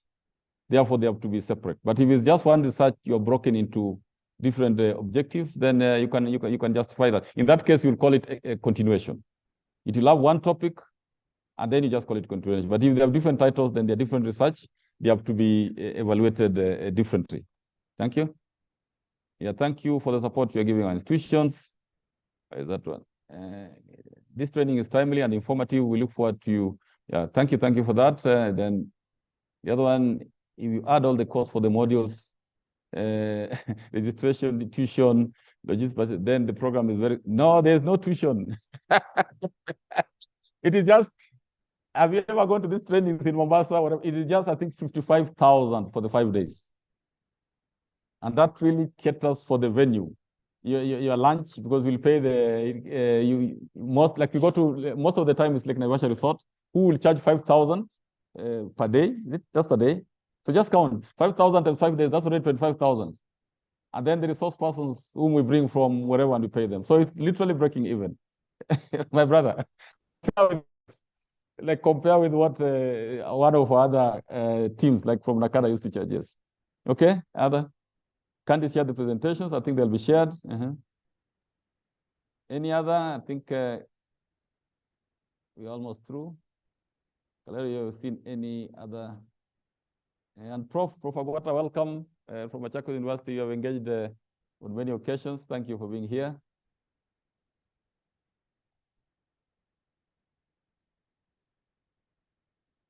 Yeah, we anticipate a call for the certification training. We shall be glad to register and attend. Yes, please. We have, this is based on demand. And when the demand is high, we proceed. If the demand is down, but I can assure you there are so many things happening in the STI ecosystem globally and nationally. Things that could be of interest. And you can become an expert. The things I've learned myself since I came on this side of the coast is much, much more than when I was at the university. And I've been at the university for very many years. Now, I think there's a way we handle the university research, which is a little bit different from reality out there. Reality here is about impact. It's about patents. It's about innovations. It's about commercialization. That's how you get judged. And that's why you find it's very difficult for universities to work with the private sector, because the private sector is about impact. Yeah, so we have to engage on this. And the government of Kenya, by the way, even in our ministry, when you are looking for money, even for your salaries, they will not tell you, but quietly they'll be asking, what is your impact of an institution or as an individual? Yeah, thanks, Professor Yao, for wonderful and eye-opening presentation. Yes, also my eye was opened 4 years ago. I've been at Nakosti. I hope the slides will be shared. We'll share. Sure, the slides will be shared. Yes. So continue this discussion, I think, after the next presentation, with your permission. And I think we are happy to host you. I'm seeing over 120. As of yesterday, only 30 of you had registered, and we were counting how many research institutions, how many were research public? 16, and we are adding public universities. We're expecting about 50, 60. This is double. So I think the champions are there, and then those who missed out on the other sessions. So thank you very much. Allow me to allow my. Thank you very much, Director General. We now progress and go to Mr. Davis Yagon to present on the reporting framework. Thank you. Thank you, Mr. Calero, and thank you, DG, for that elaborate presentations. My name is Dennis Egon. I will take you through the STI mainstreaming reporting process. And we have tried to automate the process based on your need and also as part of enhancing service delivery. And if you can see, issues of efficiency reporting has quietly improved. Errors, again, it has drastically reduced, and this means you are really getting a quality data from the institution. So basically, some of the key things which I will take you through is the reporting link. some of you have been having challenge in locating that link. There is another aspect on the MDA user ID. Also, quite a number of you have been asking for that. They have been calling to our offices. So I'll show you where to locate that MDA user ID for your institution. Another aspect is also on how to check the PC guidelines in the portal. Issues of asking support. We have also tried to make it available via the portal. I'll also go through that. How to log in, those are just basic things. Also, there are some who have been asking how do I access to log in and to start reporting. Filling the profile, that will be our first activity now to as we begin the reporting process. Preparing annual work plan. This is the new feature which we have introduced for MDS. Previously, you have been filling a Word document. Going forward, you will actually prepare the work plan within the system. And also now submitting the quarterly reports or quarterly returns, filling those returns online. We'll also go through. For those who have been there, I'm sure you are aware of the 7 steps which you normally populate on certain tables.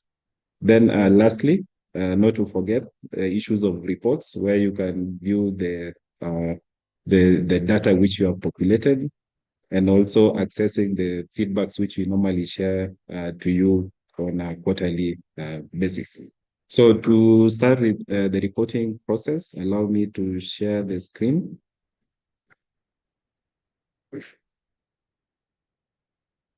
I hope you can now see my screen. So basically, to start the process, you are required to go to www.nacosti.go.ke. That's our domain or for the website. Once you access that website, at the menu, that's at the top, we have a menu. It has about 7 menus. Home, about us, but for the purpose of now accessing the reporting link, we have a menu on PC MDS. If you click there, it will take you to the reporting portal. We have also tried to provide another link just below the image banner, which is highlighted in red. If you click on that link, it will take you to the same portal. So allow me to click on that portal. So once the link or once the portal loads, there are some few things which I would like to highlight before we start the reporting process. We have placed some guidelines for the indicator. Please kindly go through those guidelines, issues of the rationale of that indicator. Please find time and read through those rationale. Eligibility. Know the institutions who are eligible to implement this STI indicator, the key activities which are required to be done within the financial year. Particularly for Stream A, we require you to implement 2 key things. That's development of the strategy and implementing the strategic issues within that strategy which you have developed. So Stream A is basically applicable to new entrants and MDS without the institutional STI strategy. For majority of you, and I'm sure all universities and research institutions, we have been with you. So basically, you will fall on Stream B. This is applicable to MDS now with the approved strategies. So for this particular year, you will require you to establish collaborations and partnerships in RSTI matters. And also you report on technologies and or innovations which you have done within that financial year. So there is also other documentations which you can access within this write-up which I've just shared. The enabling environment, kindly note that there are some other requirements which we expect from you, issues of appointment and the appointment of focal persons. You can access the responsibilities and requirements. So again, probably not to forget, you can access the guide or extra documentation as you read along. For For example, you can access the responsibilities. If you can see where my cursor is, once you click on that link, it will basically loads now a file indicating the requirements, the responsibilities of focal persons and the requirement for consideration for appointment of the STI focal persons saves to the champions. So as you read along, you will access those documentations which can really guide you as you report. The aspect of reporting as well, it's well indicated. Kindly go through. And that's all. And lastly, now you can also get the scores on how you perform during the last financial year. So for the STI mainstreaming work plan, we have also prepared a guide for both streams. If you see here, we have a guide here for stream A. Please find time. If you belong to stream A, click there, go through that detailed guide. Likewise to stream B. So we also have what we call a technical support at the top of the menu. If you click on that, if you have any issue, challenge, kindly feel free to contact us, and our technical team will be ready to respond on that matter. And our turnaround time in addressing issues is normally 1 hour. We have quite a number of technical team who have access to this support. So once you just send a request, the technical team will be able to respond within an hour. So also at the menu section, we have populated a list of institutions who are required to implement this indicator. And we have actually categorized into 6 sections. One is the ministries, research institutions for your case, state agencies or state corporations and sagas, state departments, TVETs, and also the universities. That's also your area of concern. So to begin with, there's the aspect of now the MDA user ID. And to locate your MDA user ID, kindly go to the institution, go to your respective category, like for this team which we are handling today, that's the research institutions of the universities, just click on any. Once you click that link, it will load now a table on the institutions who are implementing the indicator. And we have a column on MDA ID and also the name. So go to your respective name. For the case of Kefri, this is the MDA user ID. So kindly note that ID. Once you have gotten your ID, you go to the logging in. So how to log in? At the top of the portal, there is a button written login. Click on that. Then it will load a page now to enter your MDA user ID and a password. So not that password, like for this case, I will be using that just for the purpose of tutorial. For the password, we normally share the password to the institutional address which you provided and also copy to the email of the focal person.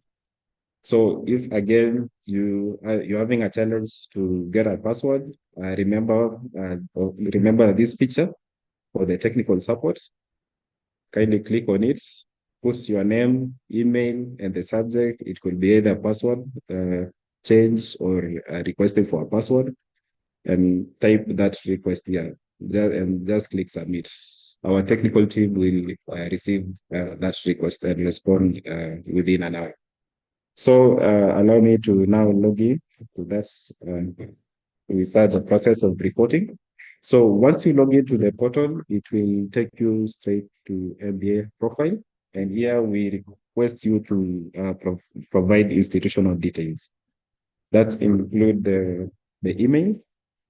And allow me to emphasize here, kindly ensure you input a working email, because this is the email we'll be using now to share any feedback, any communications within the system.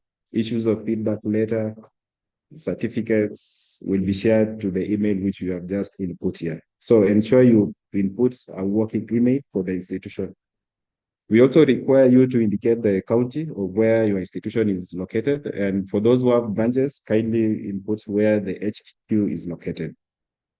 Title, again, it's very important. If the head of your institution is professor, kindly indicate, because when generating the feedback letters, it will actually pick the details from here. The name of institution, if you indicate the wrong name, that name will be incited in the feedback letter. So ensure you put the correct details, because they are very useful, more so in inputting the feedback letters which will be shared to your institutions.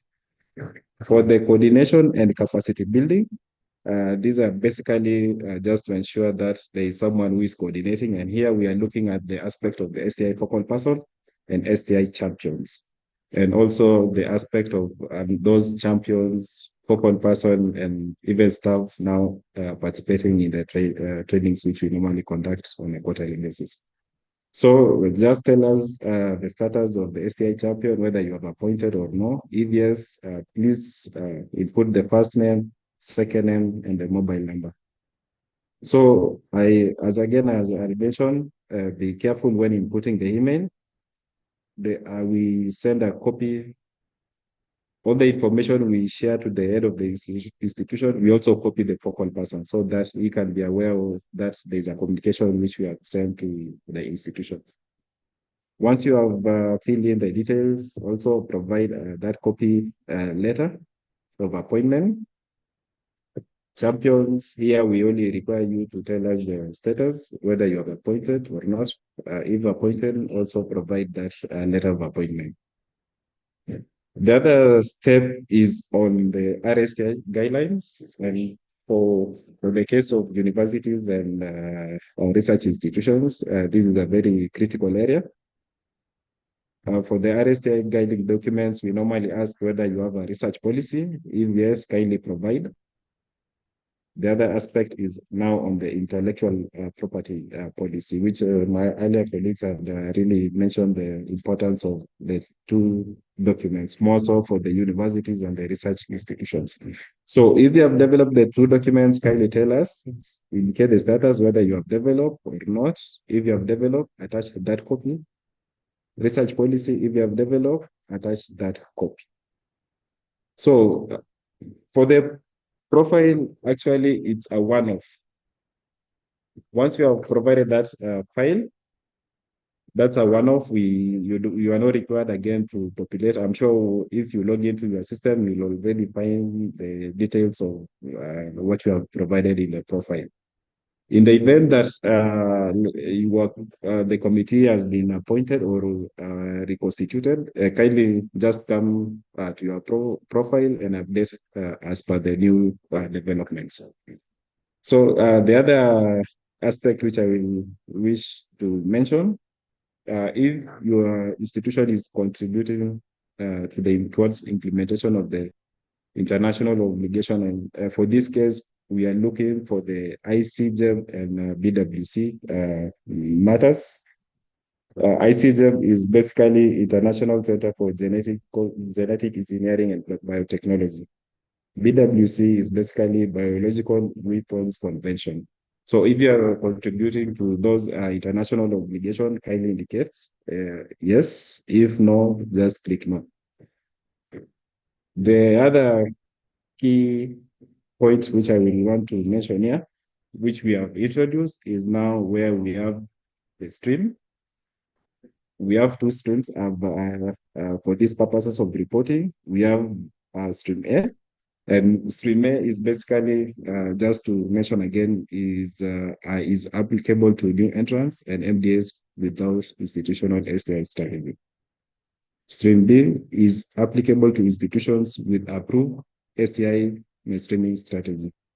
Majority of the two categories which we are handling today will fall under this category. That's on stream A. We received your last year report, and I'm sure all universities reported, likewise to the research institution. And quite a number have already had or developed the STI strategy. So for the purposes of this training, allow me to just select on stream B. So once you have populated the profile, just click update button.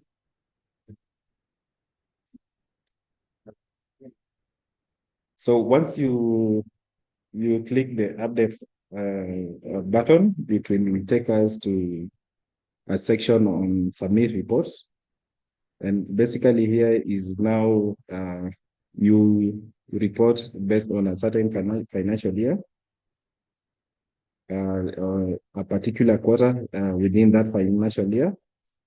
So for the case of this, we started using the system last financial year, and we received reports for quarter 1, quarter 2, quarter 3, and quarter 4. So for this particular year, the link is there. So be careful to ensure that you select the right details on the financial year you are reporting. There are some institutions who are just new, so they will just also find these other links. So for this particular quarter, we are currently in the financial year 2024-2025, and we are now expecting you to report the data for the quarter 1. So to begin reporting, before I begin reporting, it's also key to mention that the aspect of the work plan will be accessed only when you are reporting for Q1. Work plan will be accessed only when reporting Q1. So for this case, allow me to click on Q1. Once you click, it will now load the work plan, which we expect you to now populate it. And this work plan has 2 sections. The first section actually cuts across those institutions who are implementing stream A and also stream B. And actually the page where I'm in is at that section which we expect both streams to fill in. So don't worry, as long as you have selected the respective stream which you will interact with this page, then the next section will now load to a specific page which you are required to populate. So for the purpose of work plan, we are capturing the aspect of activity. We have already populated to you. Specific activity, we have also populated for you the time frame. So for the time frame now, you will indicate to us at which time frame will you implement that specific activity. Like for example, on this aspect of appoints or reappointed focal persons, we expect majority of institutions to say that this will be handled in quarter 1. So once you check that box, it will automatically save as you progress along. So we also expect you to indicate the aspect of budget. For this case, this has no budget implication, just input a 0 figure. And the person who is responsible definitely is either the VC or the head of the institutions, either the CEO. The other part which we expect you to populate in the aspect of training, we also expect you to participate in the trainings which we normally organize, and our trainings are normally held quarterly. So we don't penalize anyone if you just select you to participate in any training within a quarter.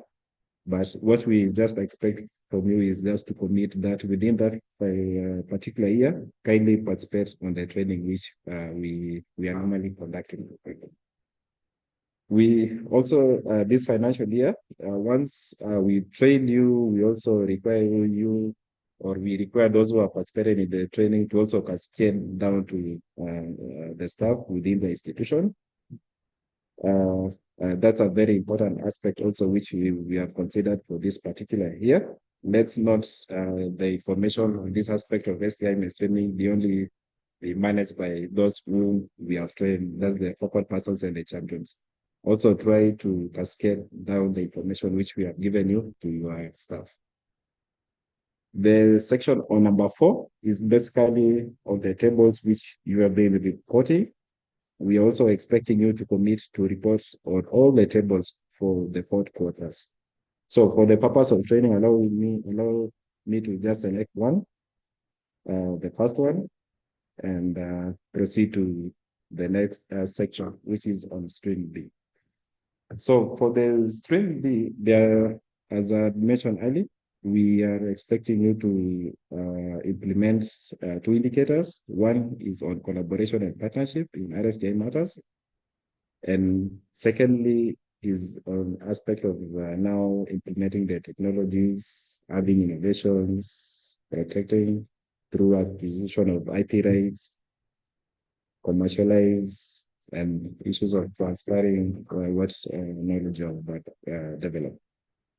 So in this section, on the first section, we are expecting you to implement what is provided, and that's from number 1 to number 6. Actually, we expect you to implement all of it. So just indicate the quota which you will be implementing, indicate the budget, and also the person or department which will be responsible in implementing that activity. For the second section, we have grouped into options, basically, and the purpose was to accommodate those who are not into too much research, and also the regulators, and also the ministries to oversee now matters in implementation of this STI mainstreaming. My colleague, Dr. Gigi, had actually taken you through those options.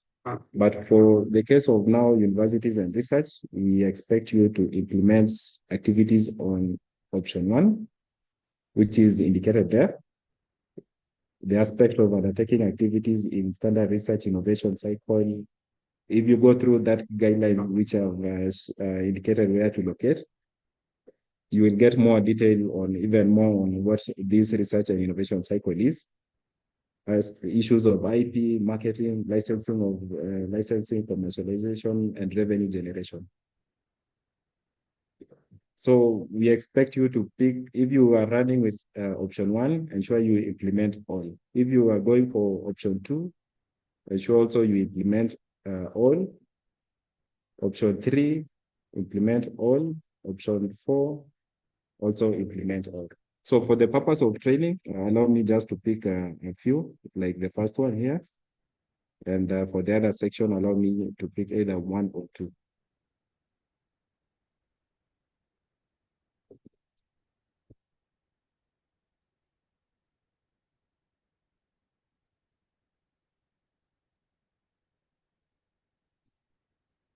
So once you populate your work plan, you go down and submit the work plan. Once you click submit, it will take you now to step 1. And basically now here is where now you are reporting what you have implemented during that quarter. So for the subsequent quarters, you will be interacting with the work plan. It will just take you to step 1, and it will load the activities which you committed to implement within that particular quarter. Like for the purpose of this, I pick on what is shown on the screen. I pick that during quarter 1, I will do the appointment or reappointment. Also in quarter 1, I said that I will provide details and submitted evidence on RSTI, that's on human resource capacity. So for this section, we expect you to pick all of it. Now, where it's applicable to me, that's in stream B. I pick on 3 issues. 1 on collaboration and partnership, and 2 on technologies and innovation, blah, blah, blah. So here we expect you to indicate the achievements. If you see there's a column on achievements, kindly indicate what you achieved during that quarter. For the appointment of the focal persons, kindly we don't require you to attach the evidence here, since you have already provided when populating the work plan. Also for the tables, we don't require you to provide any evidence, since you will fill those tables as you proceed in reporting. Where we require you to attach evidence now is on the part of stream B. tell us the achievements which you did during that particular quarter and attach the evidence for all the activities which you say you commit within that particular quarter. So once you populate this part, proceed and continue. It will take us now to step 2 on staff establishment. For those who are reporting, I'm sure now you are now familiar with this section or this step, and it has 2 sections. There's a section on top where we require you to provide data on in numbers. That's the approved staff establishment. This is the maximum number of staff you can employ within your institution. Just for the purpose of training, I've indicated 98. The aspect of the total in-post staff, let's say I have 54. The number of in-post staff who are offering technical services or mandates, we also indicate. The total number of in-post who are non-Kenyans, if you have, kindly indicate. The total number of in-post who are non-Kenyans and offering technical services or mandates also kindly indicates. So as you populate that data, also remember to go to the other section within this step. Now is to populate the data on the current in-post. And here we are now to add the data. There is an add button, but before I click on it, we are actually capturing data on the designation, number as per establishment, current in-post. So to add the data, once you have added the data, it will add the list down here as highlighted. So to add the data, just click on the add button, then provide the designation as per the grading structure. So as we are looking at the general titles, don't give us the specific titles for each and every staff within your institution. Like for the case of just this, you can indicate either CEO, the next level could be directors. From directors, you can go to managers. From managers, you can go to principals. From principals, you can go to senior officers. From senior officers, you can go to officers going downwards. So also for universities, kind of try to adopt that global designation, like the VCs. From VCs, you have what we call the DVCs. So in that DVCs, you can, let's say you have 3. Those who are in post, you can say 1, then save and proceed. So once you save, the data will populate down here, then proceed to save and continue to the next step. Here we are now collecting data on human resource capacity. So use the table below to provide the currents. The keyword here is the currents, or staffing as at that point or as at the end of that quarter. And here we are capturing data on the field of study, level of study, gender, for those who are below 50 and those who are above or equal to 50. So to add information on that, just click the add button. Kindly come and select the respective. Let's say for a case of institutions who are handling medical aspects, like Cambridge, majority of their staffing will fall under medical. Come and indicate the level of study, whether majority, you can start with the PhD. In that PhD, we have some of them who are male. For the age bracket, kindly also indicate there are, let's say, 12 who are less than 50 and about 30 who are equal or less than 50. Once you have populated, save and also proceed. So add and ensure that all the staff have been captured in this table. So once you populate, proceed to the next step, which is on RSTI infrastructure, facilities, and equipments.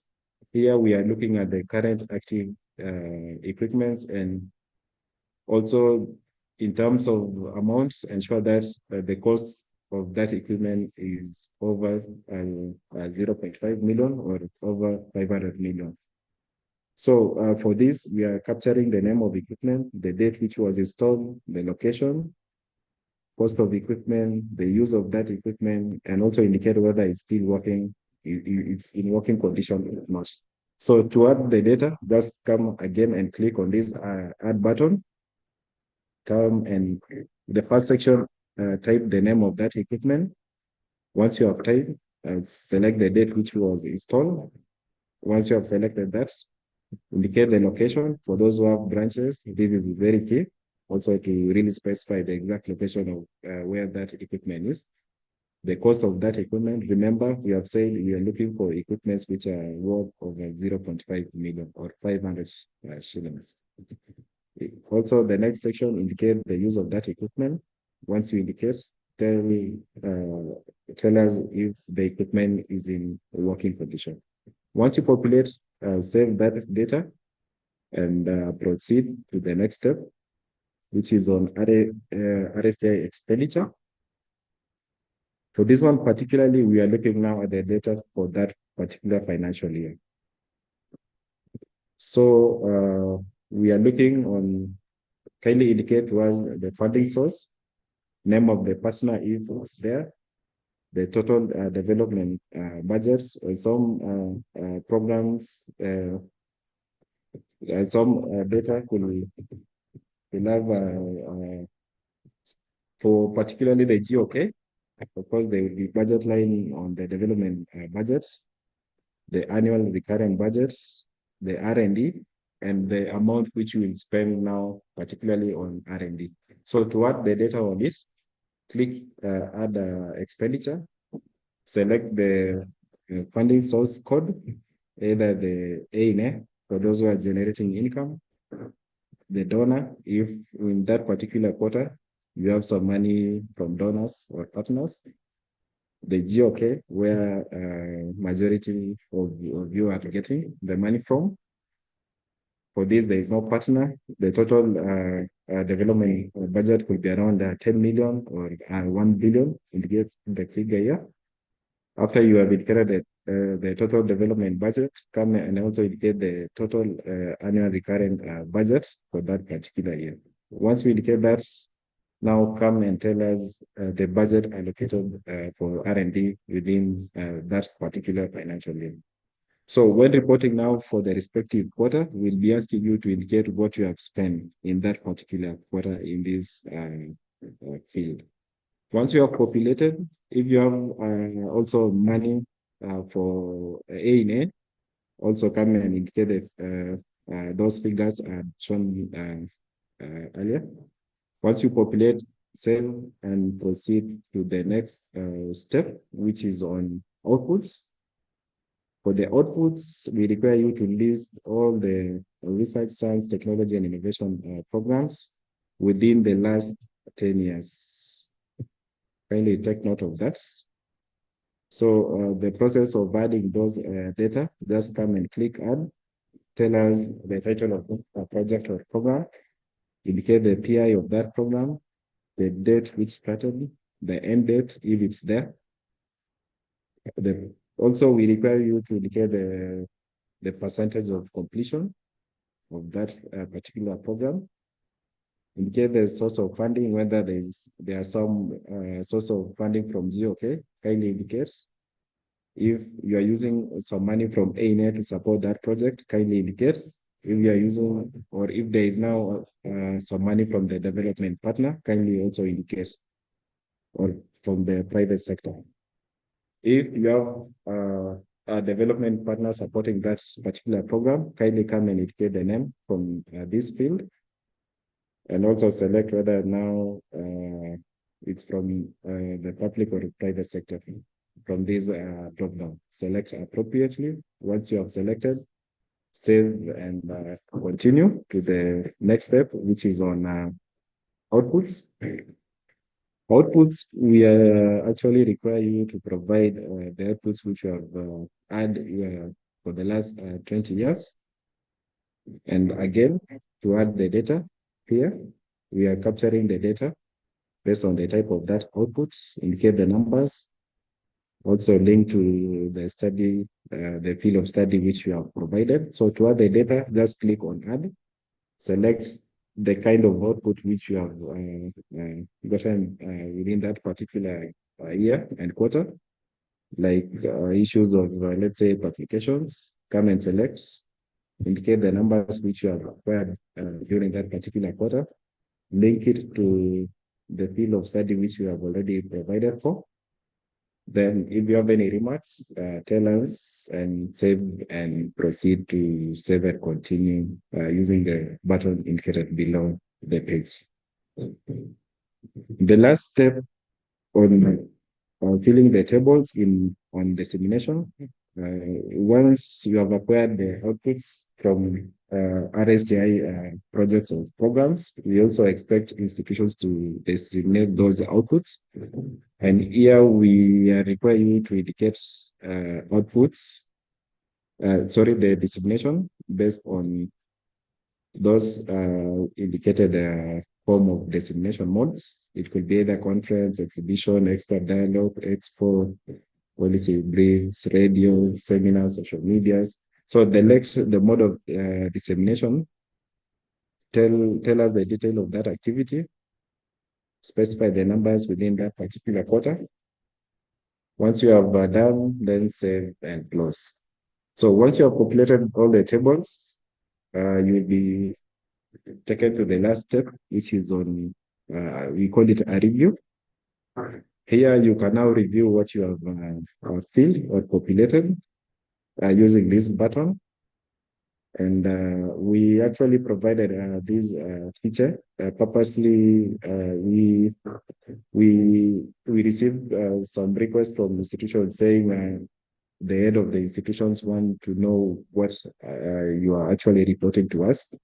So if you click on this button, it will load the data which you have already populated. You can print this page, then share it with the head of the institution or the VC.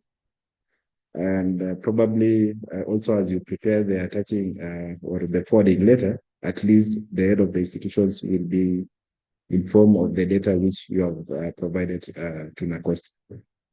For the forwarding letter, this is actually just for the head of the institutions to own the data which you have provided to us. So kindly ensure that you attach the forwarding letter as well. Once you have attached, and the forwarding letter should be actually for that particular quarter. So once you have attached that forwarding letter, just now click submit. So once you submit, you'll be assigned a reference number for that particular submission. And you can access that details under my submission menu. It will now populate what you have submitted to us.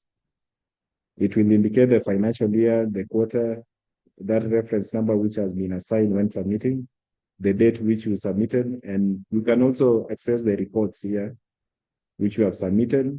Then once we review your application, you will find the letter attached here.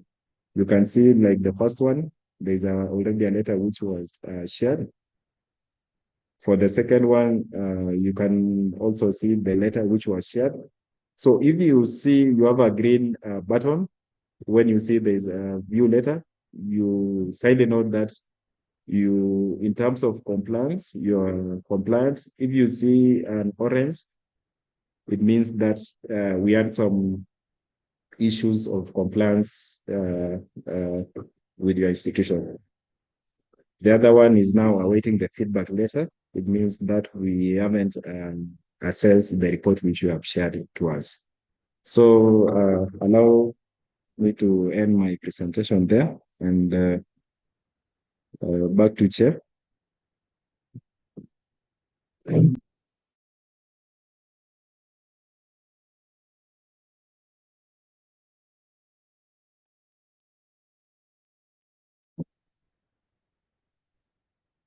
Yeah, thank you very much.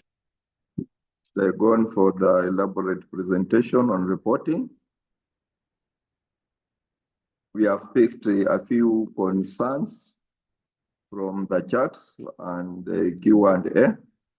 And I'll request the director, Dr. Ngigi, just to respond to two of the issues before we wrap up.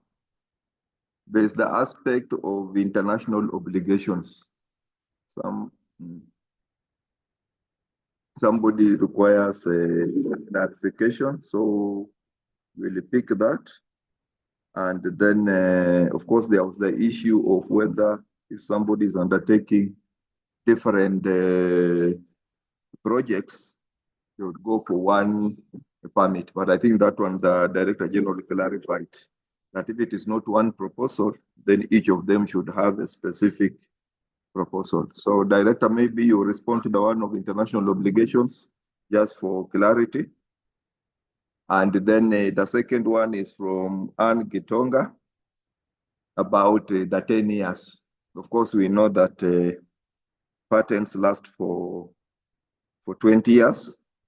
And most of these documents would be more like your assets.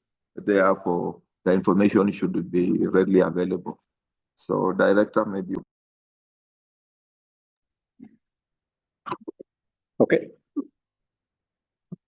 Yes, thank you for that. And we really do appreciate what is coming through. Because this is the essence of this engagement, so that we are able to provide these responses. The issues of international obligation is that the cost is the focal point for a number of these international obligations. And for example, one of these obligations, the Biological Weapon Convention, it is the requirement that the state that have assigned to or have ratified these conventions are supposed to be giving data on a yearly basis based on what our institutions are doing. So, and you know, this is that why I say it is specific if you are having like those who are having the high containment labs. This data is very important for Kenya to be compliant with this obligation, and that's what we require is that the institution like our research institutions, our universities, those who have wet labs, those kind of the data is what we needed. Like those who are handling these microorganisms, those are handling the viruses and all that. We need to know as a country who is handling what are the safety levels, the kind of the labs that we have, level 3, level 2, all those are the data. So that if you don't have them, that's why my colleague was saying if it is applicable to yourselves. But we do believe the categories we are discussing with today, most of you have these labs that are handling this microorganism. Because if you look at our data collection tool, the table 8, A, B, and C is just asking those, you give us the levels, the categories of your lab, the kind of microorganism that you're handling in those labs. But if you don't, you are just indicate it's not applicable. I think that's for clarity. We do have Biological Weapon Convention that is very closely related to what you're doing. And then the ICGB, International Center for Genetic Engineering and Biotechnology. So again, which institution you are around that. There's this second aspect about the kind of the data. I've seen the question that there are some places we ask data 10 years or more than 10 years. Yes, for example, like the data that we're asking for the last 10 years, it regards like collaboration that your institution have with the different partners in the ecosystem. You see, this is for us to appreciate your effort in promoting matter science, technology, and innovation within that sector. And you're only reporting once, because as it has been demonstrated, once you upload that data on the system, the subsequent quarter and years you will only be updating if there are any changes. So you are giving us what are your the last 10 years, and it's collaboration that are still active, and you only fill the data once. My colleague has also indicated like the patents, they have a lifespan of 20 years. So we would wish to know way back up to 20 years. And again, our value proposition here is you're only reporting once. You're not reporting every quarter. You report once. The subsequent quarter, if there are only differences, if there are changes, you just update in that order. So just wanted to provide that clarity. But the most important thing is to get the data, because you've seen this data that the countries has been yearning for. Thank you. Okay, thank you very much, Dr. Ngigi. Let me invite the other panelist, Mr. Mwiti, just to respond to two issues. There is the aspect of, it is in the chat from Stephen Odhiambo. It is a challenge to provide data on human resource capacity through observation of staff returns and you can see it in the charts. So you can respond to that, and if there's any other thing that you would like to emphasize. Thank you. Thank you, Session Chair. I hope you can be able to hear me well. First, I will respond someone under a question or clarification in terms of the relationship between the life of the STI strategy and the STI mainstreaming committee and the reappointment of the focal persons. We normally say it in an ideal situation where the focal person is continuously in the institution, then the STI mainstreaming committee life should go hand in hand with the life of the STI strategy, which in most cases is 3 years, if that is your internal approval system. So meaning that you have an opportunity to implement, to develop, oversee implementation of that STI strategy, monitoring and evaluation, so that as you review the same and develop the next one, at least as you do the end term report, you have a clear basis. You have the history and the understanding and all that. So yes, unless the focal person, of course, if they changes, then we reappoint. So we reappoint in cases where maybe the focal person has left or any other dynamics, but ideally the focal person and champions within the STI mainstreaming committee can run for a span of 3 years as per the policy. Second one, of course, is to emphasize on reporting timelines. Ladies and gentlemen, as we indicated, the guidelines, the 21st performance contracting guidelines have clearly prescribed the required timelines. 15th, after the end of the quarter, it's going to observe that. Also, the credibility of the data that you're submitting. As we said, your output becomes an input for another process. So we need to ensure credibility, the right data, and all that. And then the question on filling of that template. One of the best approach for it is that you can go to the system as it has been presented by Yagon, whereby you can have an Excel first. You can download that Excel. Those Excel, let's say, for example, on human resource, that Excel is there. You can share it first as a committee. Then you can forward that to the champion from HR or to the HR specifically, who will fill it for you. Then now you also just be uploading now in the system. I mean, putting the numbers in the system. So one of the easiest ways so that you can be able to easily get the data, you can decide to work with the Excels. You download those Excels on your own. You put all the data that you want, because you realize that data is coming from different areas.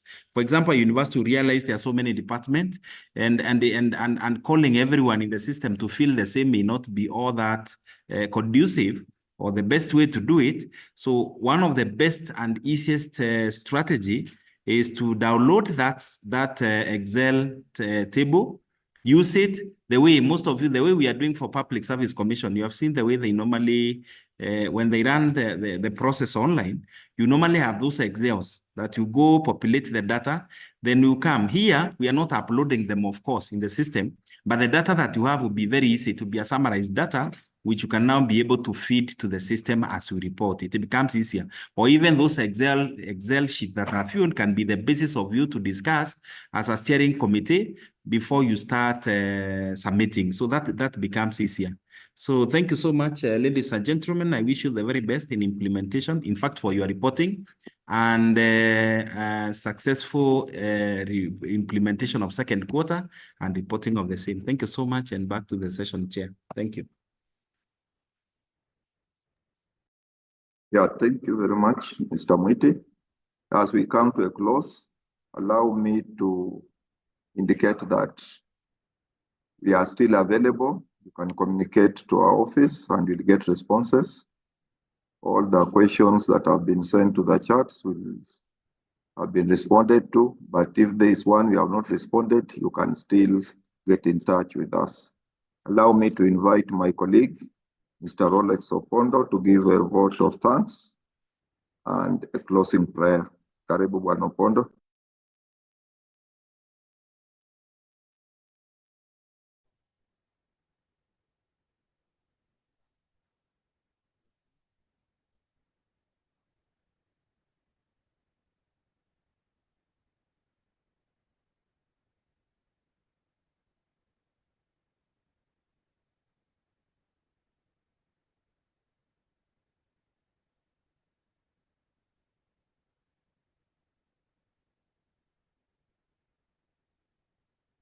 Amen.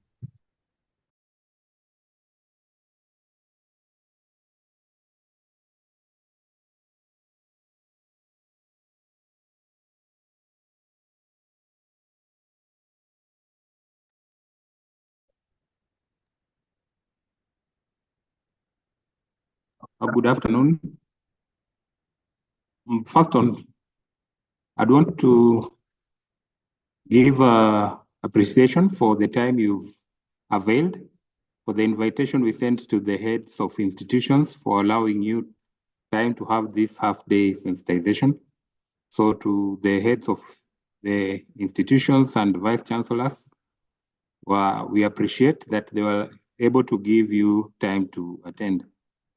Secondly, is to the focal persons, champions, and PC coordinators who have also attended this session since morning. And we pray that any other opportunity will send the invite, you'll be able to avail yourselves. Thirdly, is to the management of NACOSTI for organizing this session since Tuesday, and to all the categories of the various MDS, starting with the ministries, state agencies, TVETs. Today we had universities and research institutions. So with that, I think we can close with the word of prayer. So let's believe and pray. Heavenly Father, we come before you this afternoon. We thank you for the session we've had since morning, and we pray that the knowledge we have gained will be of benefit to our institutions and the country at large. May we be able to effectively implement this STI mainstreaming indicator to the best of our ability. And when we do that, we'll give all the glory and honor unto you. We pray that even as we break for the day, you will be with us for the rest of the day and even for the rest of this financial year as we successfully implement this indicator. We pray this believing and trusting in your holy name. Amen.